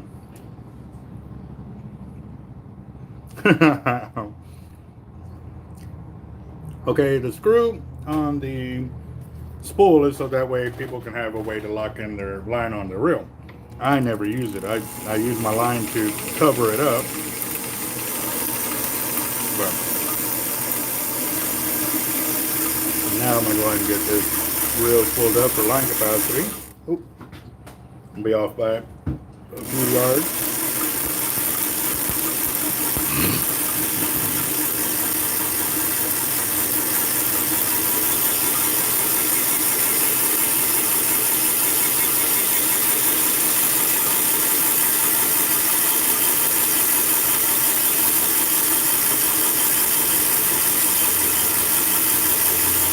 Yes, it could, Daniel. That's the whole reason that I do what I do with the braid, and I hide that screw as much as possible. Me personally, if it was my reel, I pull the screw out and I'll fill the hole with maybe some nail polish to cover that hole and go from there. So.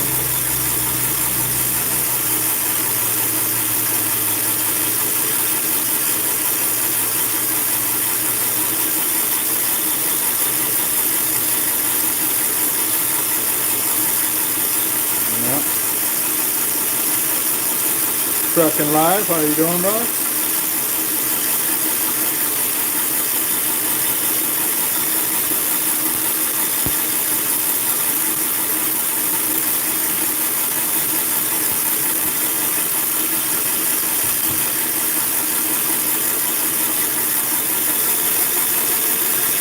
Alright, I'm coming up on the 200 yard mark. I'll stop there so you can kind of get an idea of what it is looking like.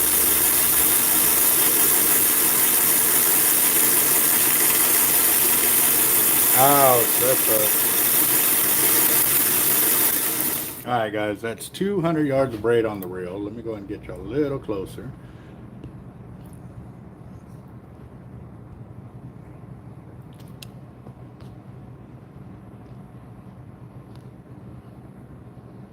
There we go. Looking good, looking good.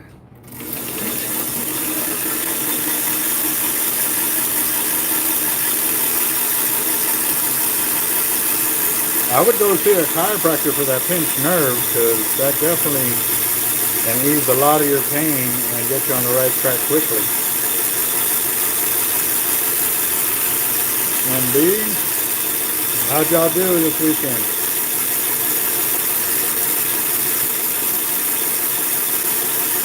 I bet.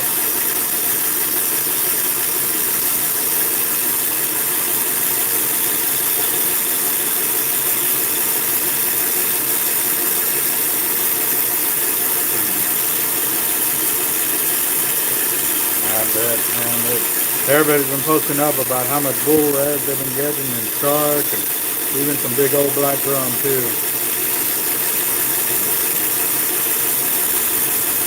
Alright, yeah, congratulations again, MB. I know that we're going to have a fishing trip for your wedding. That was pretty awesome.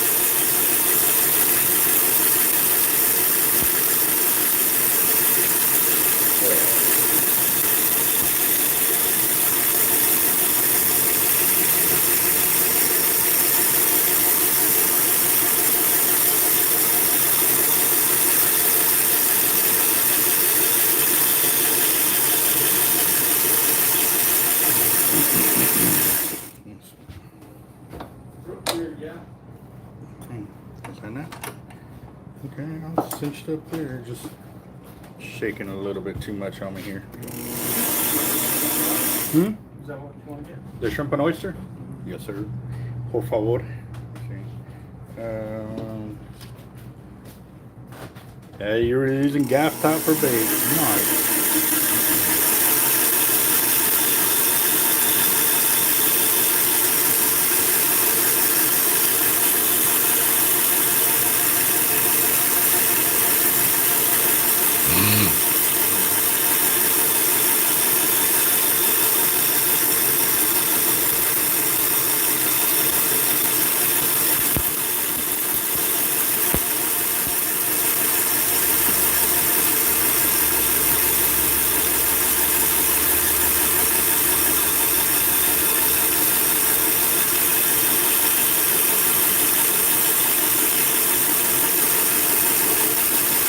That's still some pretty good numbers there if you're hitting that many slots.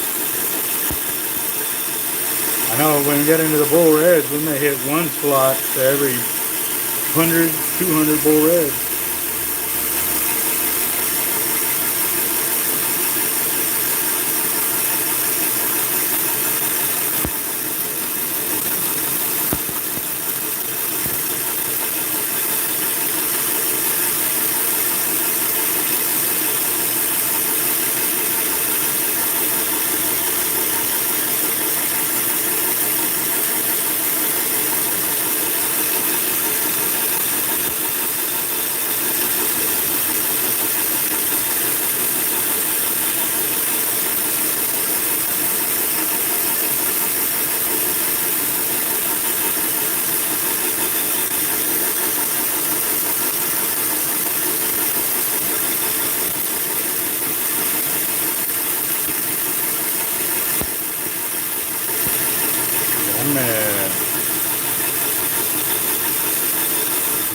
All right, guys, that's 800 yards of 130-pound 12-strand tight line braid in the red on this Accurate 80 wide.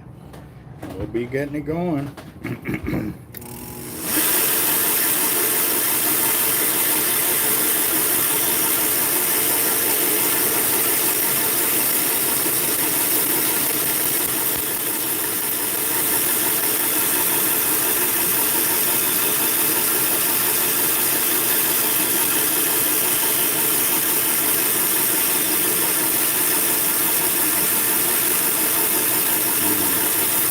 Yep, it happens. That definitely does happen right there.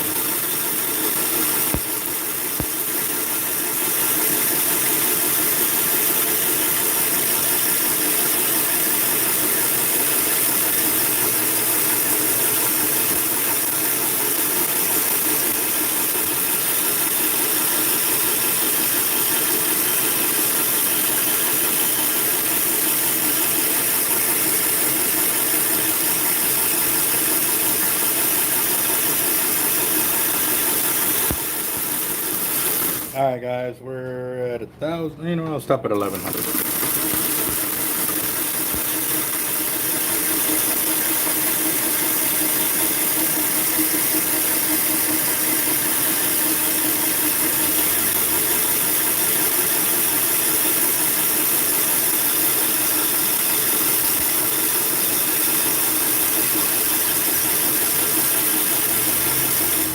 All right, guys, we're at 1,100 yards of 130 on here, and you can see I'm still 3/4 of an inch at least to get to the top end right there. So definitely going to be some great numbers here.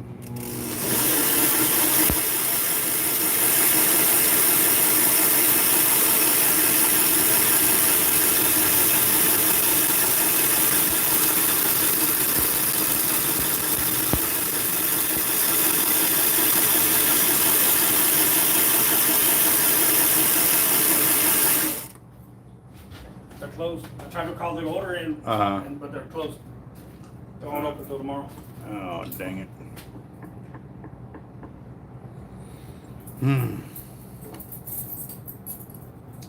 Dude, what about Riconcito? I'll just do the fried shrimp from there. And they owe us, how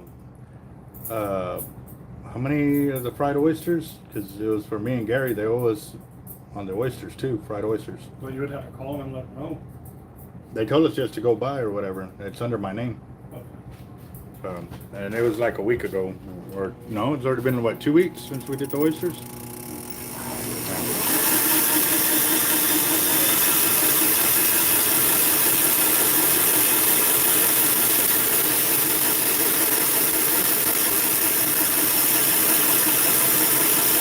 Oh yeah, no, when we're hitting that many bull reds, we caught 200 bull reds, and there was obviously about 15 of us out there fishing.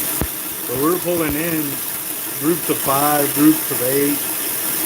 Everybody hooked up on the pier. I think there's videos on my Facebook where we had like 15 people hooked up at once.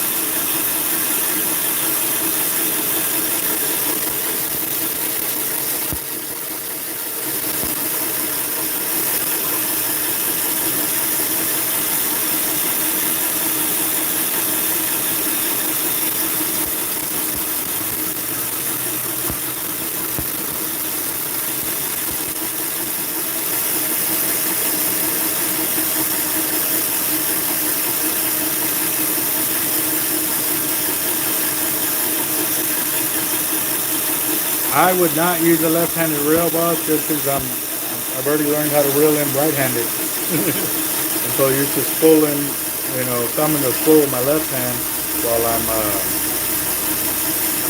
reeling in and stuff like that. That would be really awkward. All right, guys, that's 1,500, and we're about half an inch of spool line exposure there. So, yep, we're gonna get it. We're gonna get some major numbers here. Watch.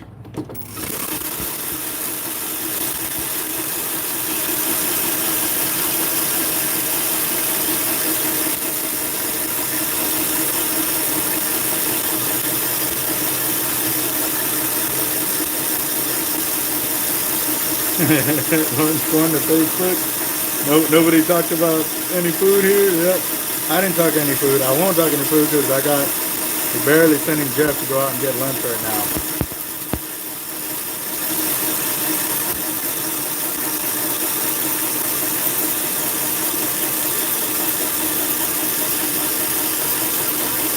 Yeah, that would be cool to be able to do that. I mean, they allow us to get paid through here. I mean, can't understand why they can't let y'all post a picture, you know?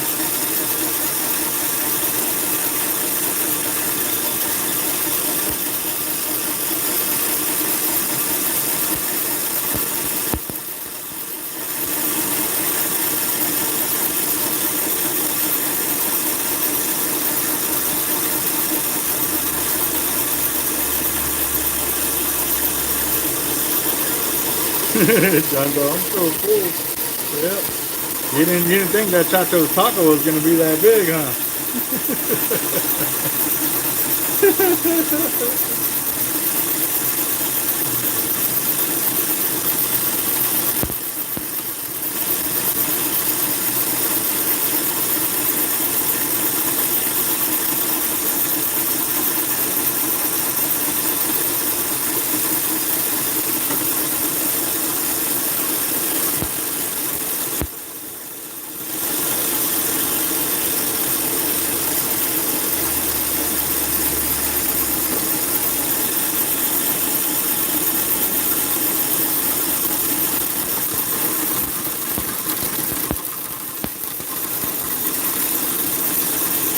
It's getting up there. We're coming up on 2,000 yards right now.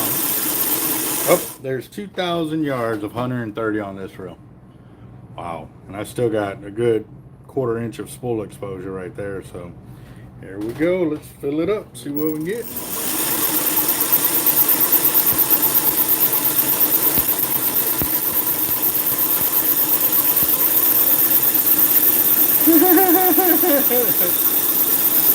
I'm telling you, man, we order it here, and we pretty much feed everybody in the crew with that one taco.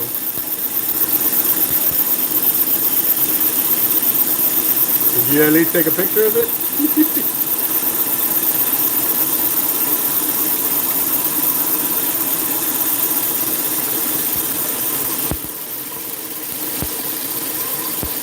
Okay, Toby.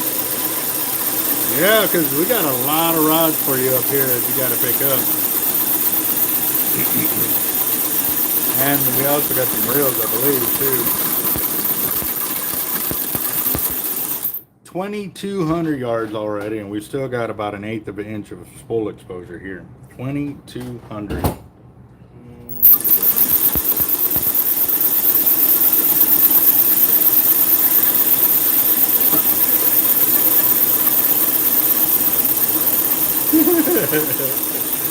Oh man.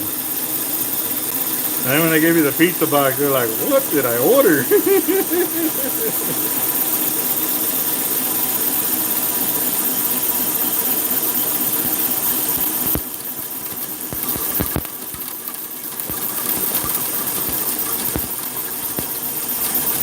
Yeah, it's an MXL, it's in the box with the paperwork, and then we got your 1, 2, 3, 4, 5 rods up here as well too. So.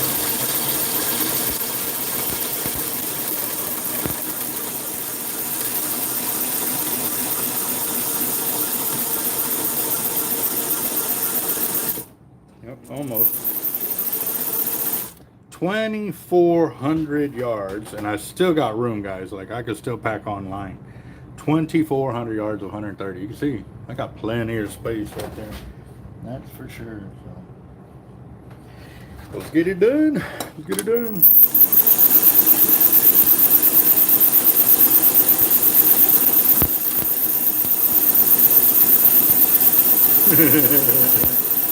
Do that.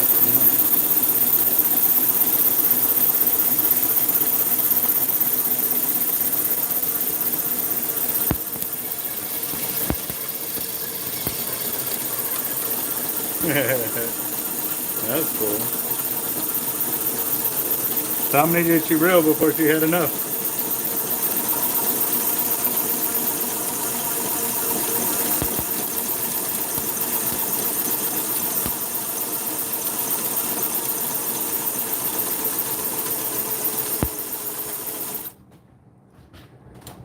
Yeah, she still threw down to catch 20 from being bombed baits too. Yeah, that's definitely a keeper right there, bro. So, all right, guys, I can easily get 2,600 on here.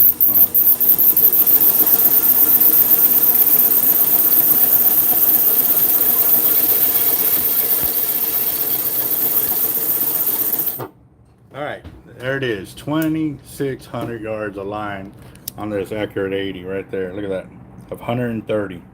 Holy smokes! But that is maxed out.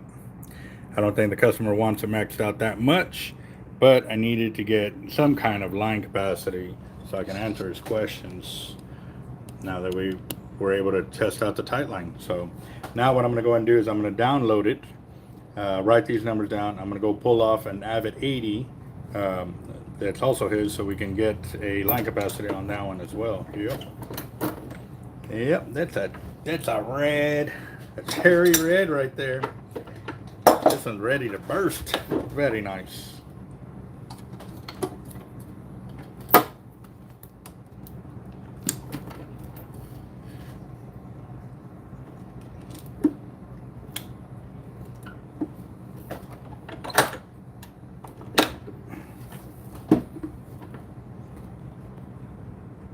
All right, get this over here.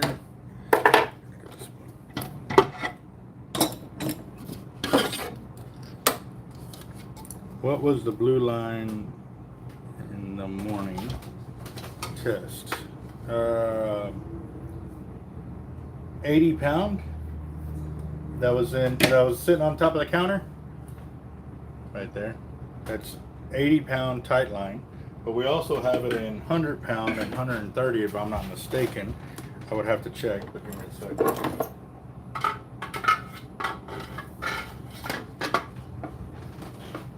If I'm not mistaken too, I think we got it in 200 pound test. Let me double check.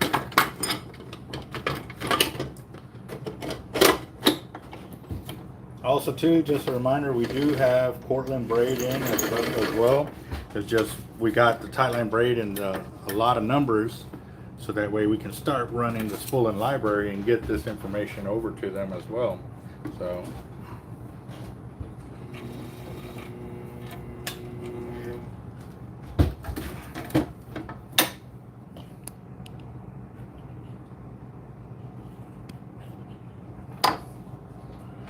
Yo.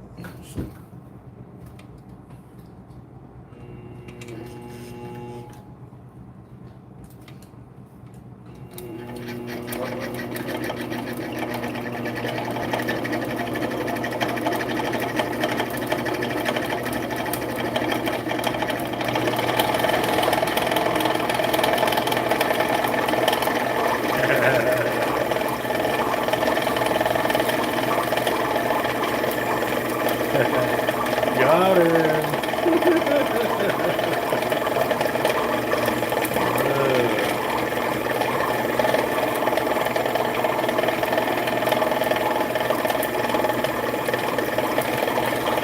Tracking live back in the house.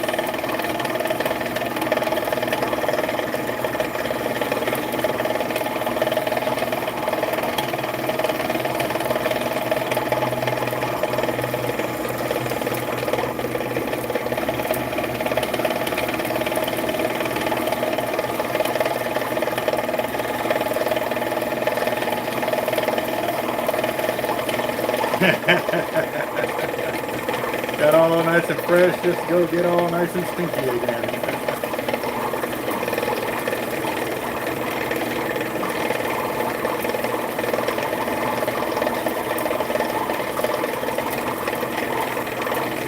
Yes sir, it's an Accurate 80, 2-speed.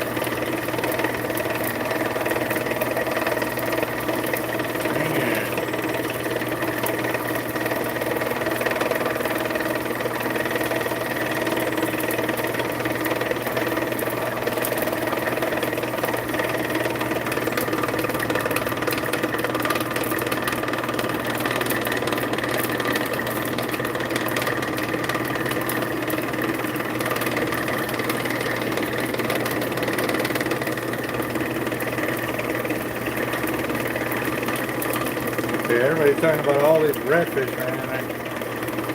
I ain't even eating a redfish this year, but y'all are making me want some bad.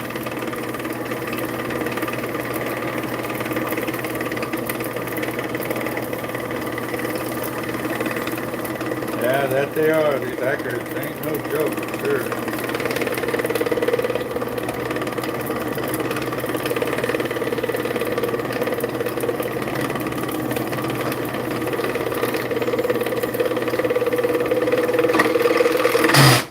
Well, good luck with that, Chris.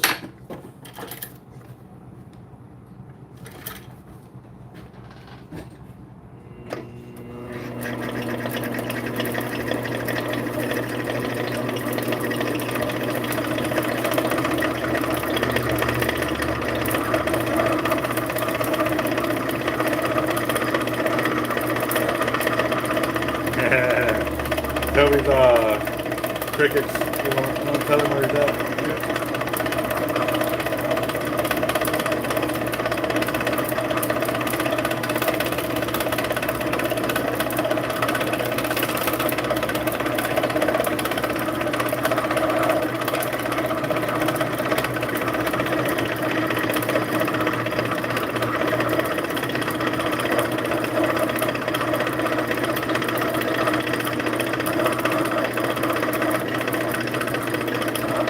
So is it me or does the channel look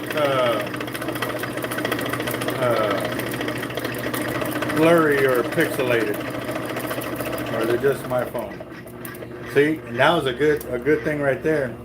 And now that I put on that screw didn't allow any of the braid to hit. So very nice. You didn't hear that loud catch of the braid hitting it. So that was good. Okay, cool. That it does. That it does.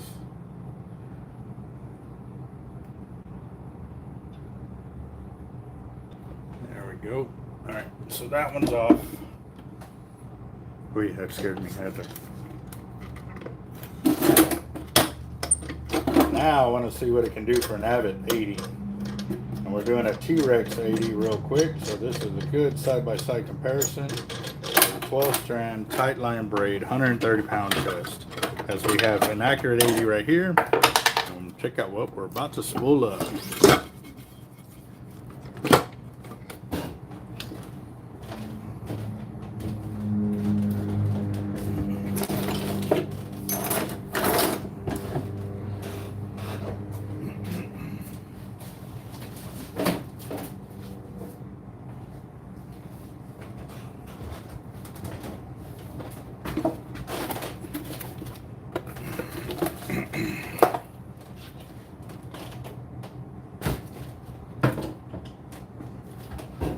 Well, first we got to down spool it, then we can up spool it, so we can get that line capacity numbers and check to see what we got.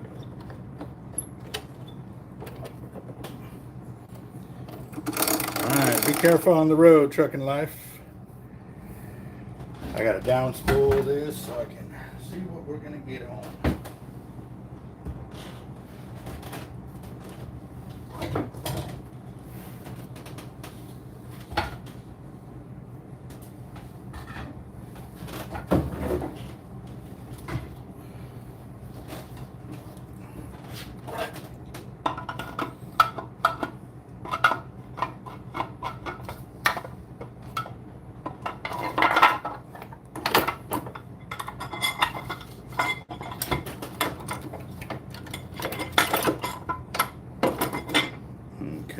This ain't gonna work. I'm gonna have to back it off.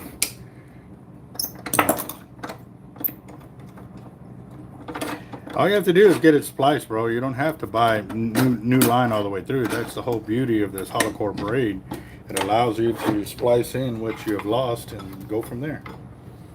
On the accurate drills, the only ones that I've dealt with were a few of the bosses, and I saw where on the boat they were brand new out of the box, spooled up, and I couldn't get their tension to set right on the drag curve. It was either too light or too much because we were set up for trolling, and it was a very pain in the butt.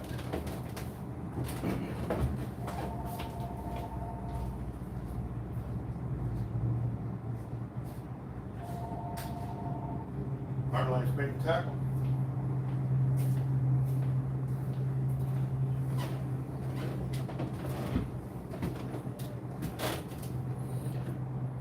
Okay, I just walked back into the shop. I've been live, so I haven't even had a chance to look.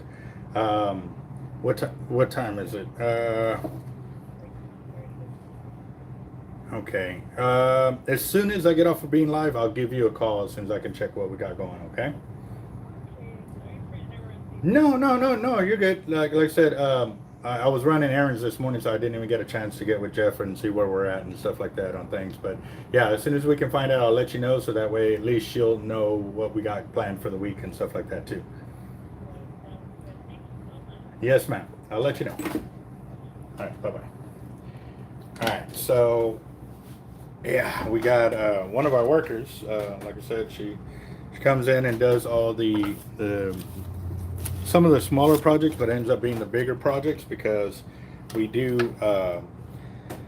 What I've done is I showed my workers how to like one-step process, you know, on the leaders. First, they learn how to do the top end of the leader, you know, putting the swivel on, the snap, and or for the weight or the three-way.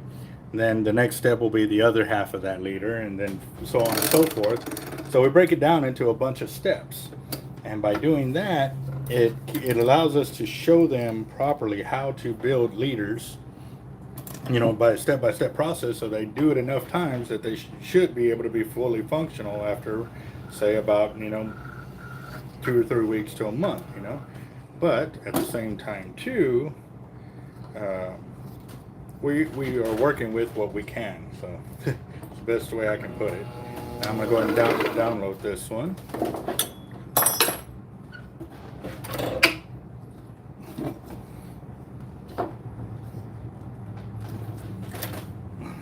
Yeah, we got a lot of guys that use it on their on the spinning reels as well and stuff. So I do have to let you know that with the hollow core on the spinning reels, you will see the twist a lot more than you regularly would with solid braid. Because solid braid, obviously the weave is a lot tighter and it has less ability to lay flat. And because of that, it will show you something different. However, with that, you know, you just replace the top end, you know, 10 to 20 yards every so often and you're good to go. Anyways, that's a section that always gets beat up more anyway, so you'll be good to go.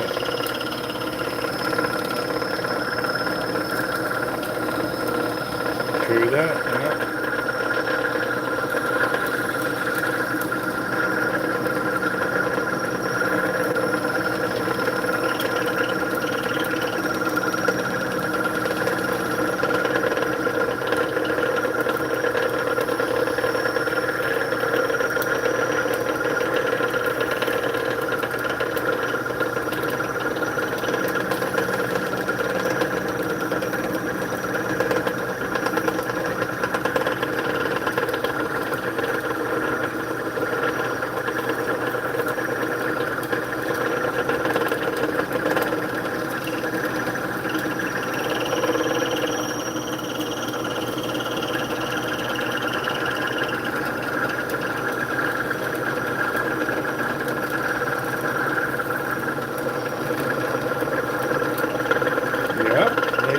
They got some bright colors, the orange. They got chartreuse, but it's not as bright as a Portland braid, but it's still very visible.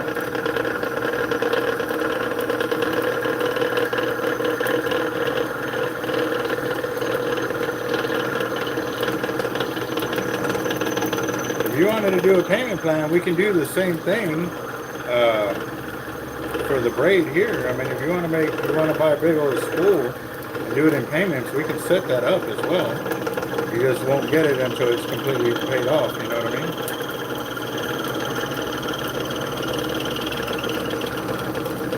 Yep, we can do it.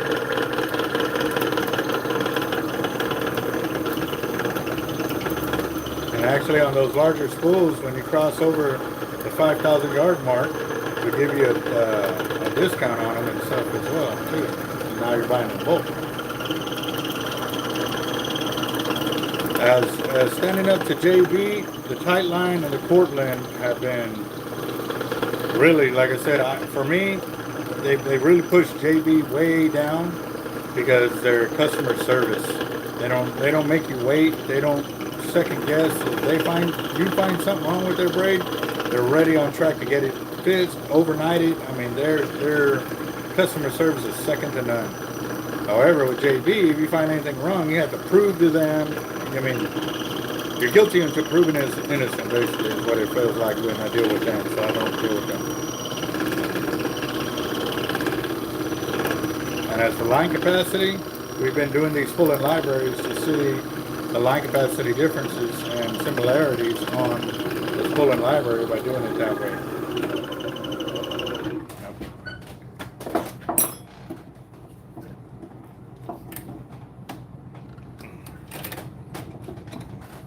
Alright, here we go.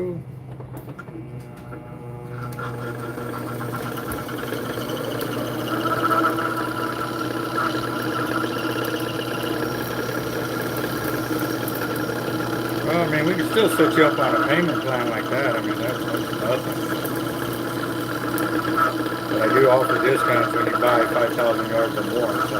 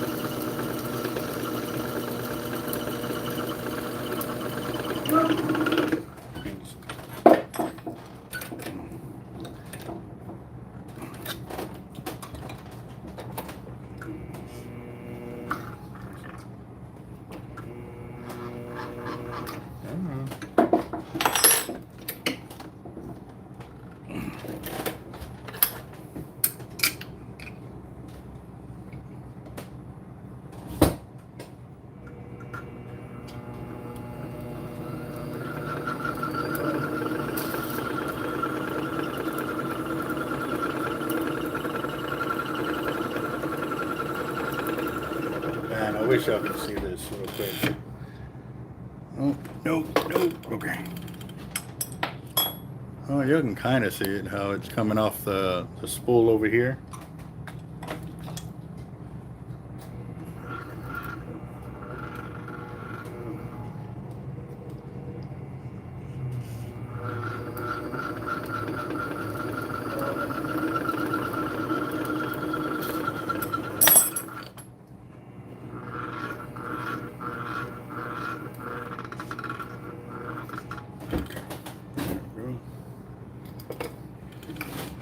Let's see.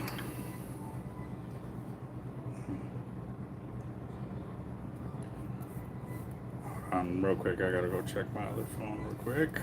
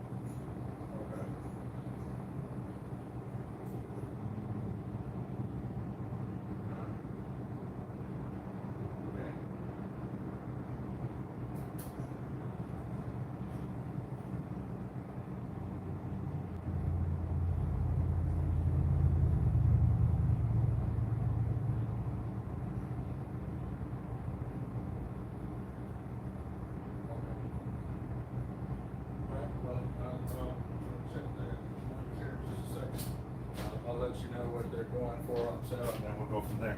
Because I'm still live on the video feed, and it's almost about to be over. So. Well, I didn't tell you so. but yeah, now I'll post it up as soon as I get that info in there. Yes, sir. Bye bye. All right. Okay, so we're gonna go and pull this off here.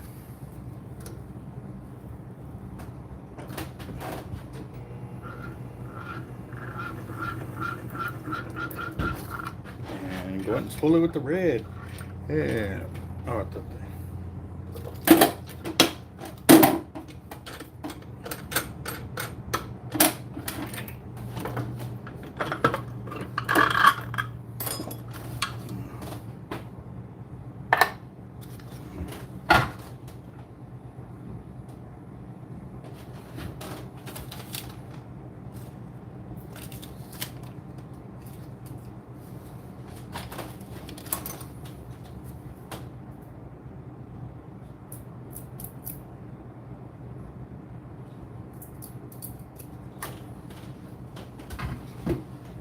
Alright, here we go.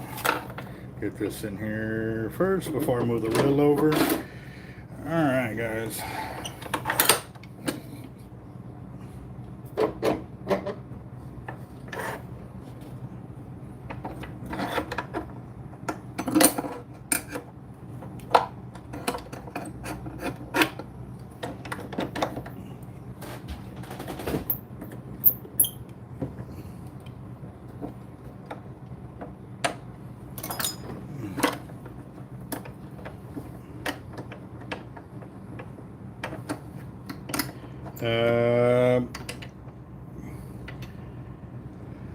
I think the 65 is 26 cents a yard, so it'd be 260 bucks.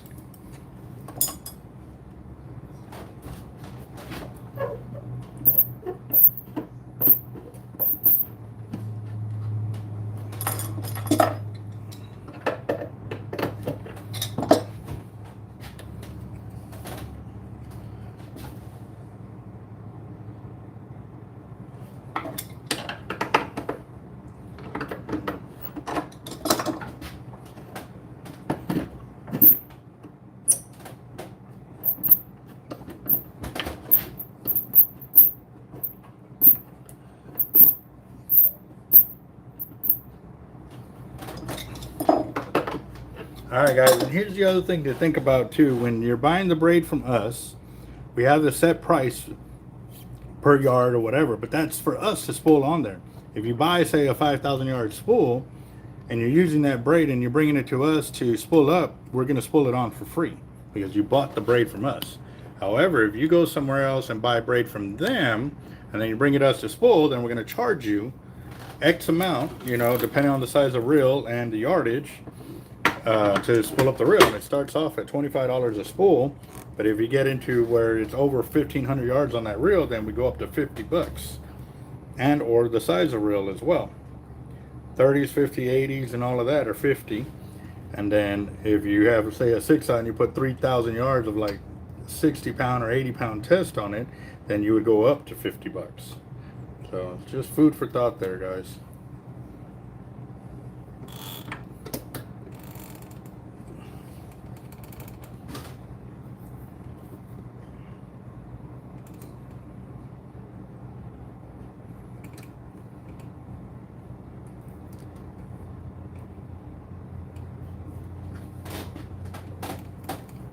Hmm.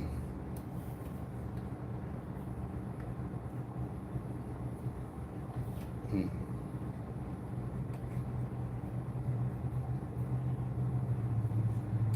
Hmm.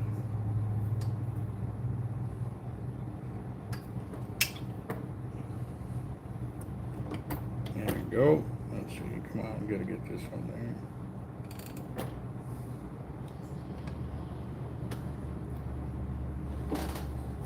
Let's see.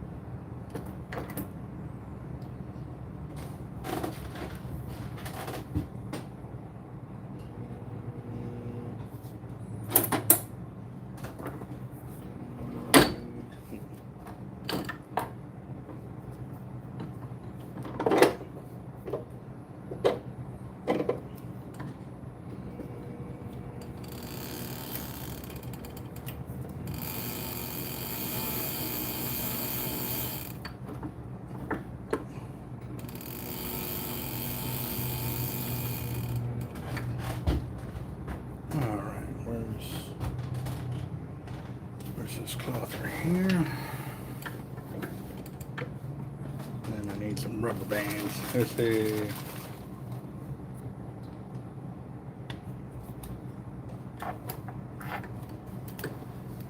I bet. Yep. No, my grandson finally came home on Sunday, so that was pretty awesome. The family's been having a lot of time with him and everything. Oop.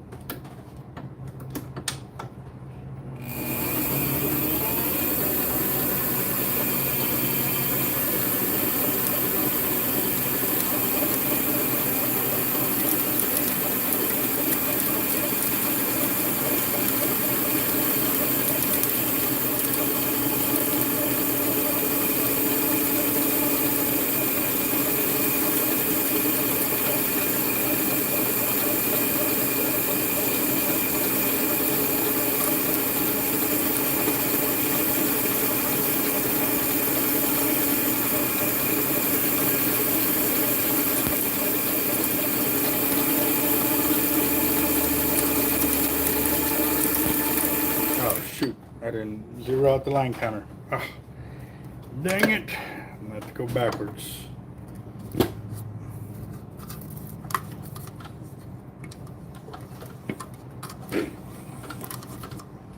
Yeah, that was a lot of lines.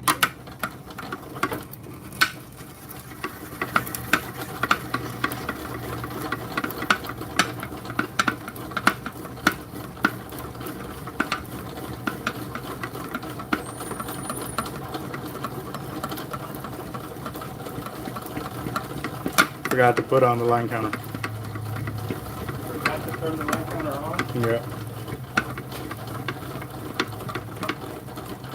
Oh, you didn't reset it? Huh? Yeah, I didn't reset it. They give you any trouble about the oyster deal? Don't think they didn't know. I don't know if you wanted the meal or just oysters by itself. It was just by Fried itself. oysters? Yeah. Okay. You got them? Okay, cool. I left you one. Huh? I left you one. All right, here we go, guys. Get this pulled up. Mm.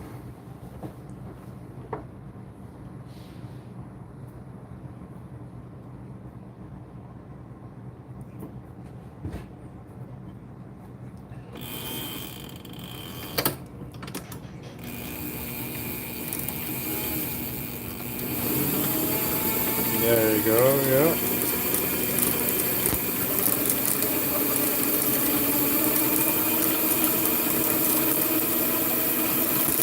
Oh, I'd have been way off on the amount of line capacity too.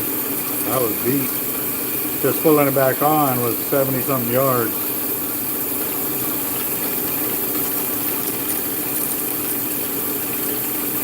Yes sir, that tournament's coming up.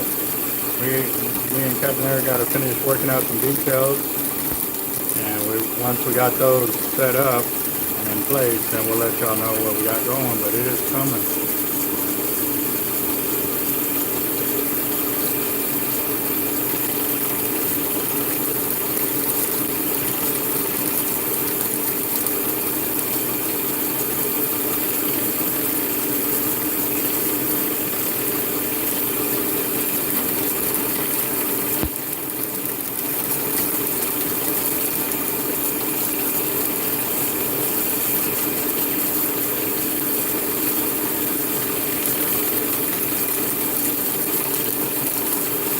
We hadn't decided on the entry fee for our tournament, but it is coming up, guys. We on a dot our I's and cross our T's, so that way there ain't no ifs, ands, or buts.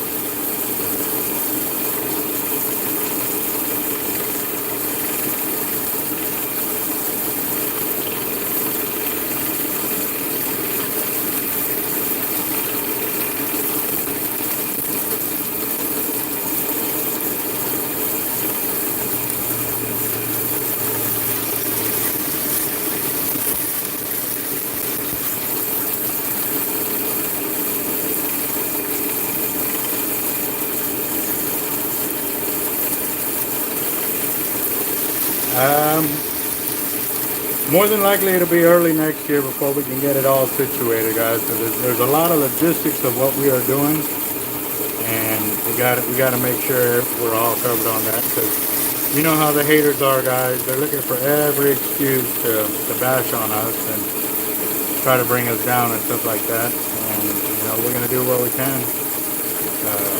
You know, obviously we are human. We do make mistakes.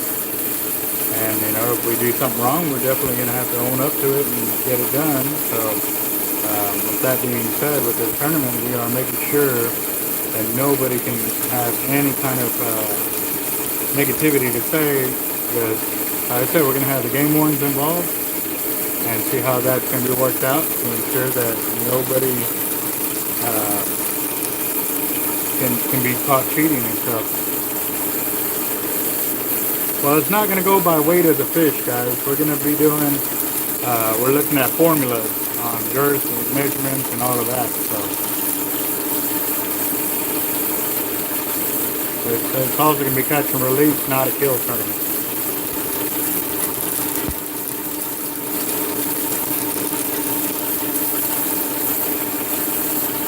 Alright guys, I forgot to get heads up, but here is 600 yards of 130 pound of the 12 strand of tightline braid on this Avid 80.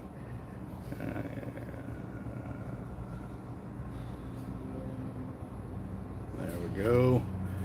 Looking mighty nice.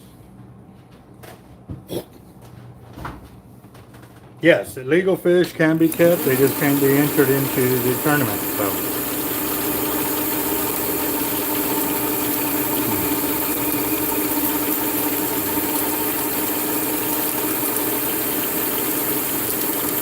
So I heard those guys that did that tournament are now claiming not guilty. Any more updates on that tournament?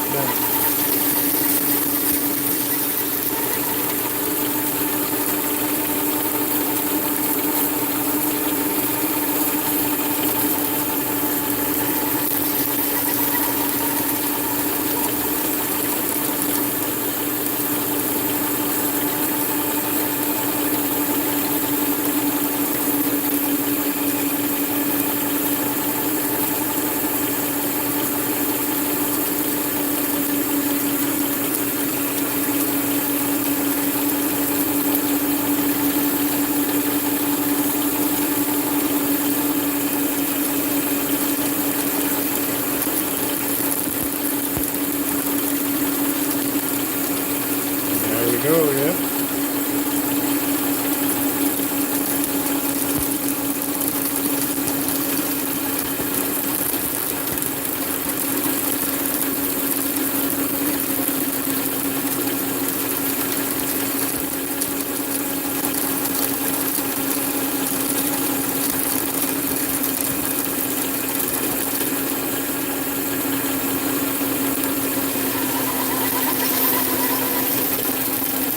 All right, guys, that's 1,000 yards of 130 on there, and I still got, ooh, it's real close to 5/8 of an inch of line on there. Oh, see, that's gonna throw me off because it has that little bevel.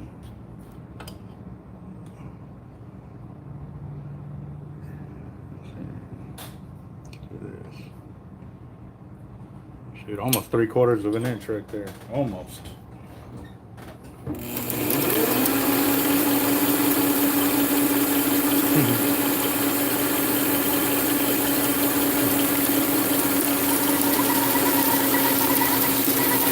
I just don't understand how they even can try to plead anything other than guilty. Because, I mean, the weights were pulled out of their fish right then and there, out of their bag that they have had their hands on the whole time in front of everybody. Yeah.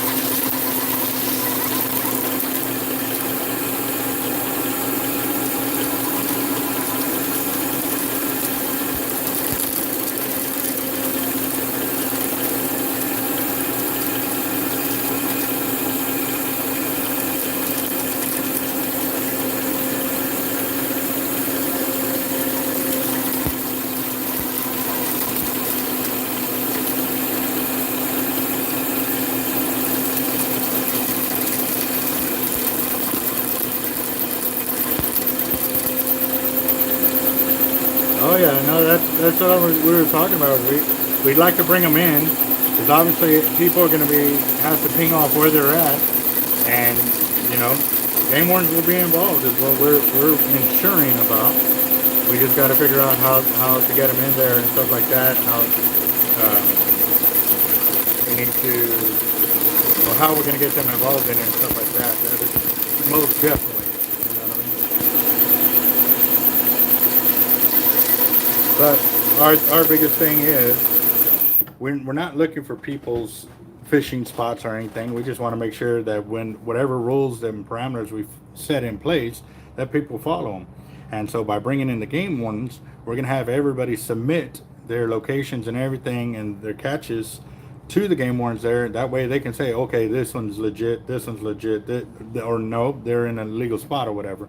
Then they can be disqualified by them, not really by us, because like I said, we want to have it to where we're as hands off as much as possible, other than us being able to compete in our own tournament. And that way there's nobody that can say, hey, you know, they got someone, you know, because I mean, the game wardens don't play that, you know what I mean?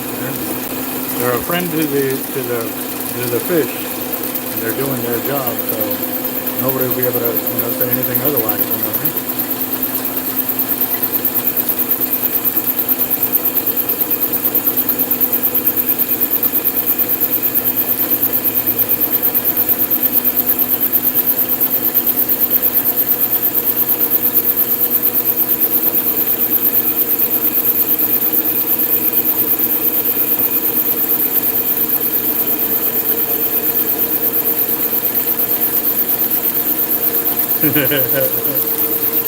What?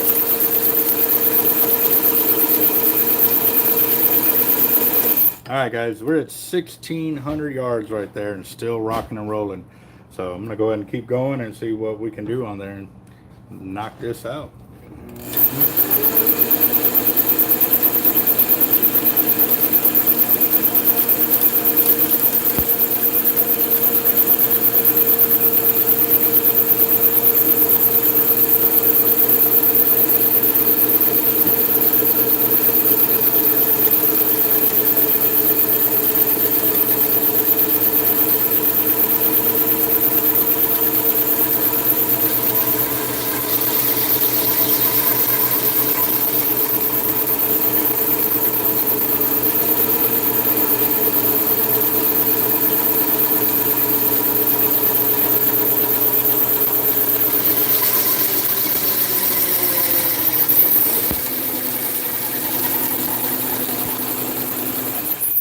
That's 1,800 yards. I'm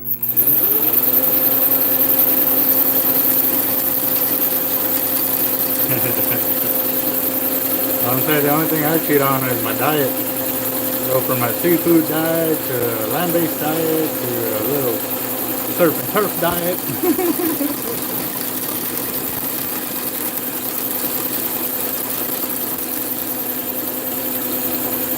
Oh, I'm definitely going to get more than that.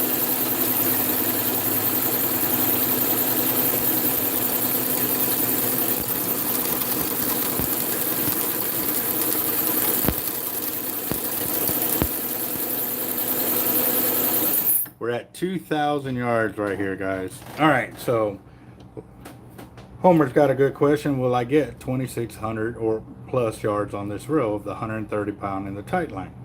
See what y'all's thoughts on that. Let's see what y'all think. See who gets the closest to the number.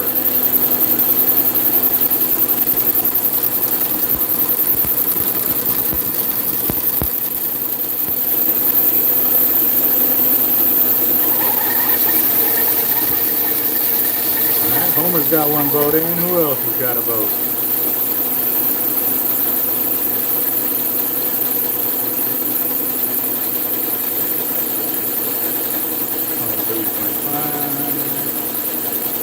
Come on, get some voting in here.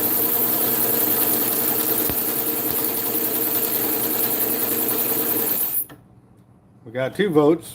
Come on, what are y'all thinking, guys? What are y'all thinking? And now and once you vote, guys, you cannot go back. So let's see. All right, come on, keep it going. Let's see.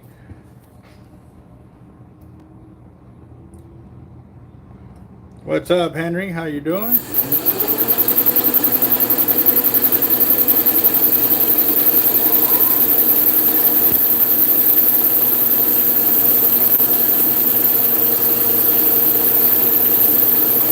I like Patrick's boat.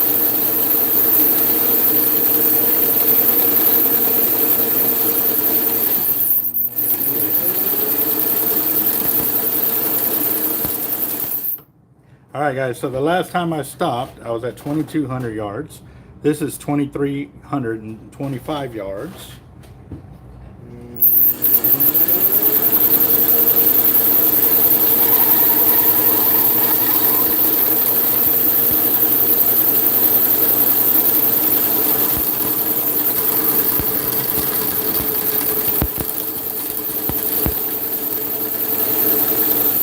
There's 2,400 right there.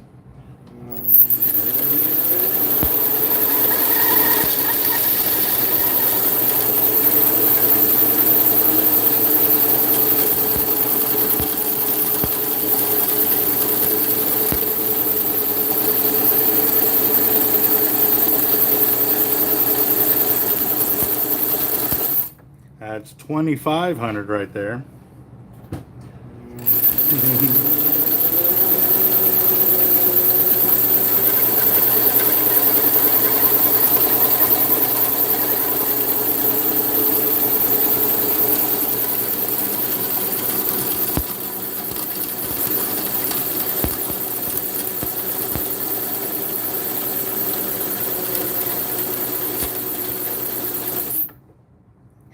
$2,600. We're at 2,600 yards right here, guys.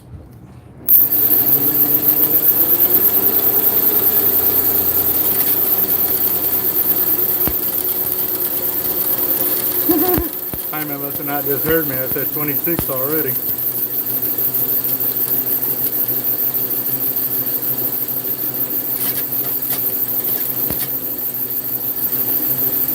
Yes, it does.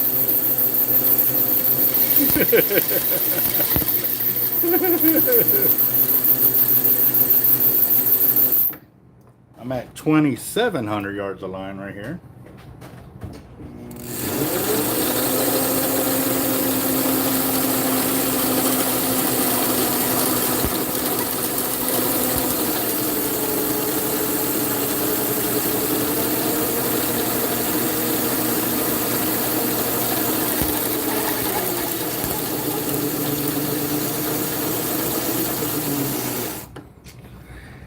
Alright, I think I can stop there safely. Yep. I mean, I could put a little bit more here, but making it through. Let's see. Nope, I'm going to stay there. Alright. Oh, man, Toby. Oh, Toby. Can y'all see it, or is there glare? Let's see. 2,813 yards right there. And yes, sir, let's look at it. Come on. There it goes. You can still see the gappage right there. Yep. So definitely there. But lunch is here, guys. Chow is here, so I'm gonna go and get on that because I'm starving, and I know when it sits in that little styrofoam plate deal, it get all soggy because of all the moisture.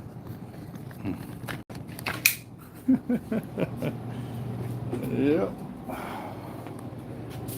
right, here we go. Oh.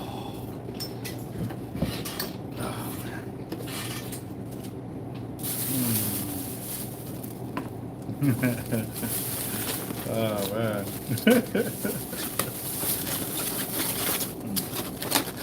All right, there's the shrimp. Oh yeah. The oysters that they owed us from the last time we paid for them and didn't get them. So.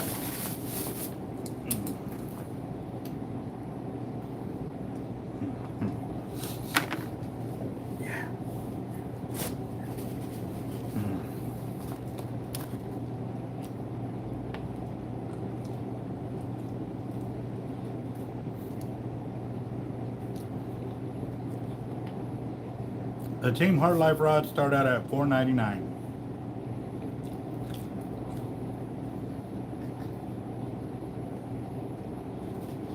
Mm-hmm.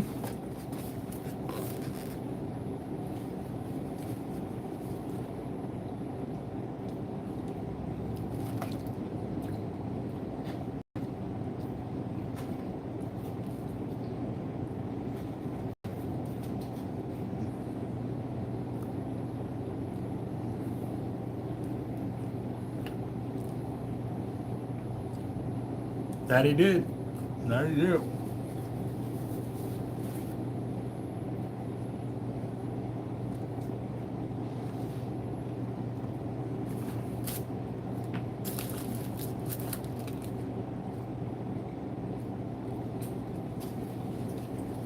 Henry nailed that one for sure, man.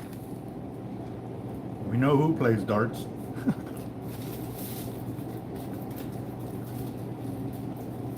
Mm-hmm.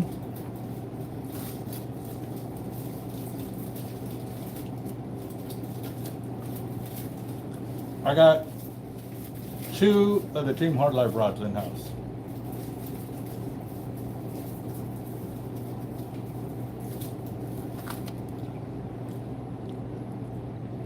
These are some good oysters.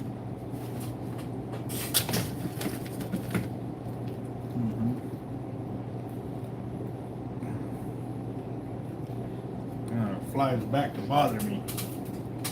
Has to be another one because I know we killed a few.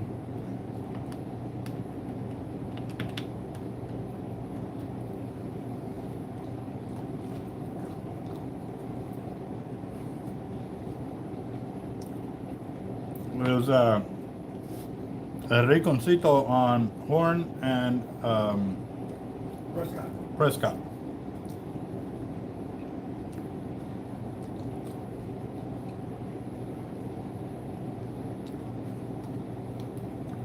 John Darnell nailed it. We have 2 of the pink Hard Life rods.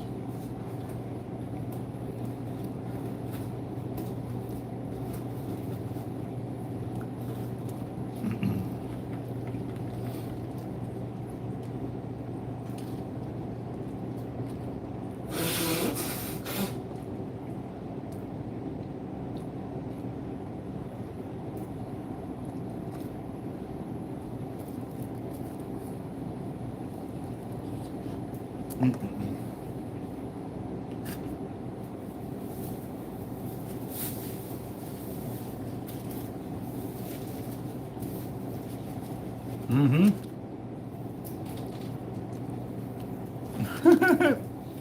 John, you finally got hungry?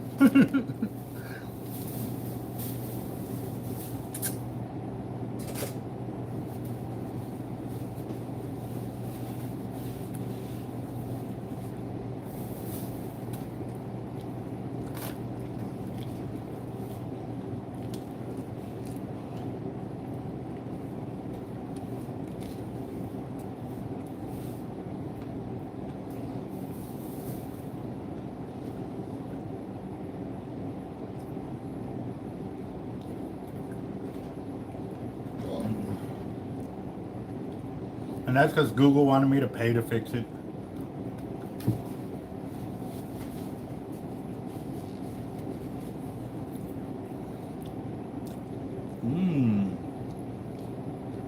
I'm eating and that still made me hungry. A venison chorizo burger. From where? Chris Curl. That does sound good. Mm-hmm. Mm-hmm.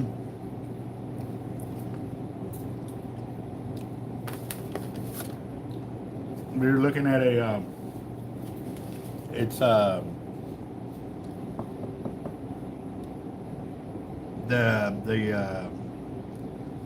snowman from what's that cartoon? Frozen. From Frozen, right? Yeah.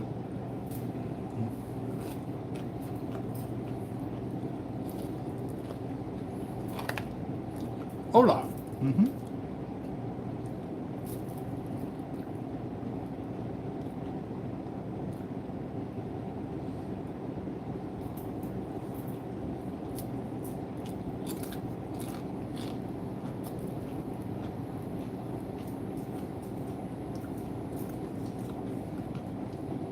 I hope so, because all that food you've been talking, man.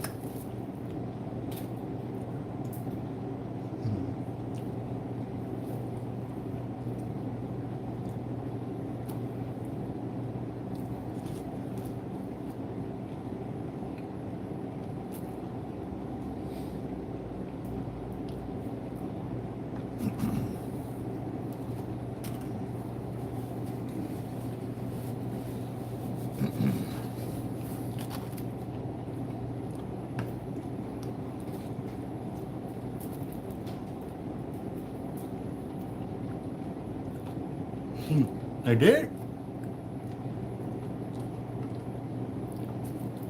So the mermaids do exist.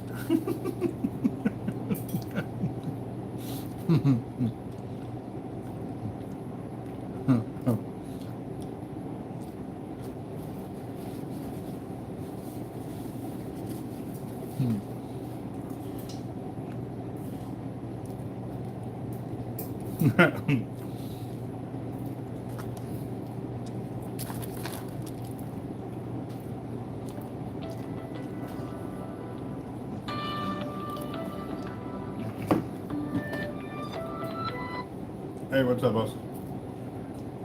Mm-hmm.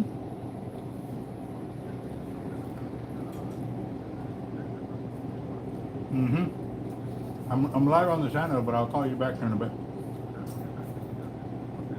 All right.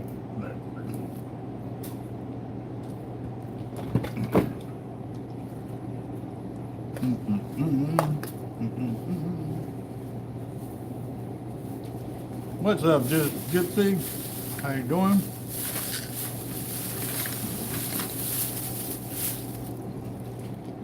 I am here. Yep.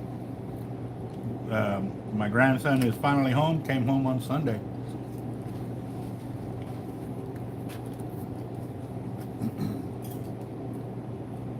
How cold is it up there?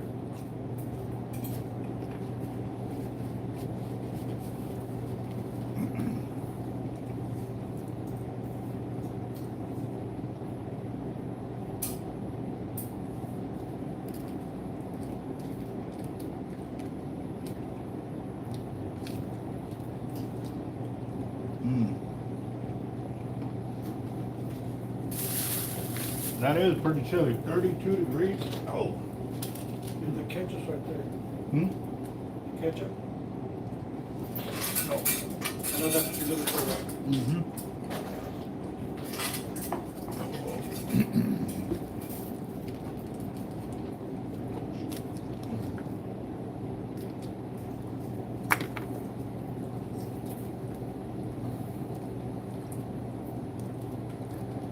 Mm-mm-mm.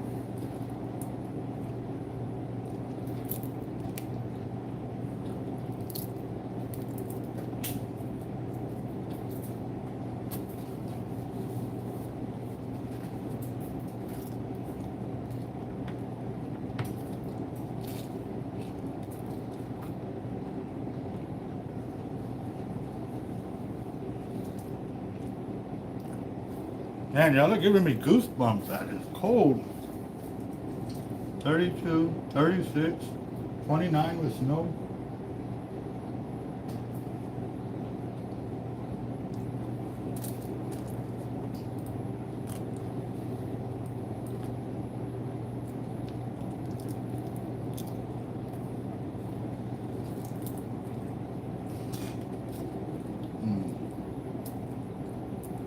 Yes, those reels that came in this morning, they are brand new.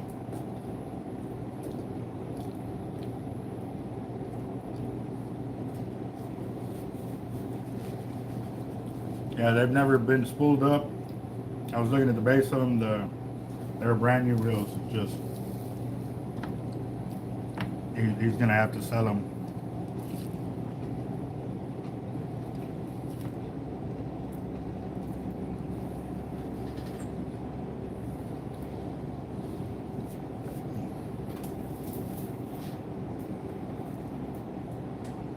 Mm-hmm.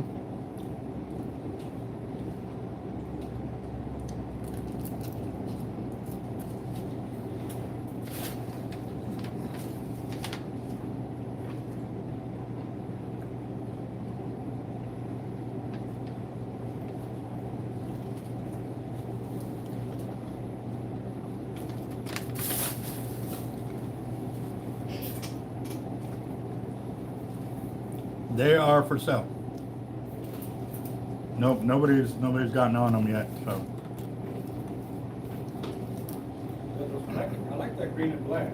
yeah, they came out pretty sick. Yeah.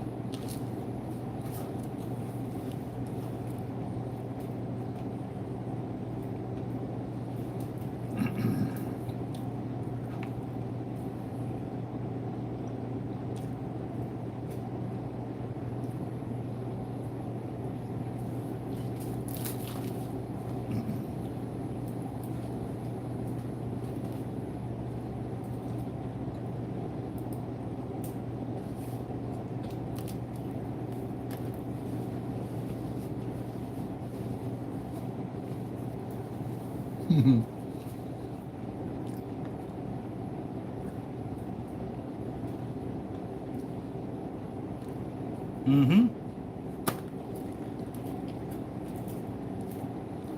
Yep. The only time, every now and then I miss it and I have to crack the shell open, but yeah.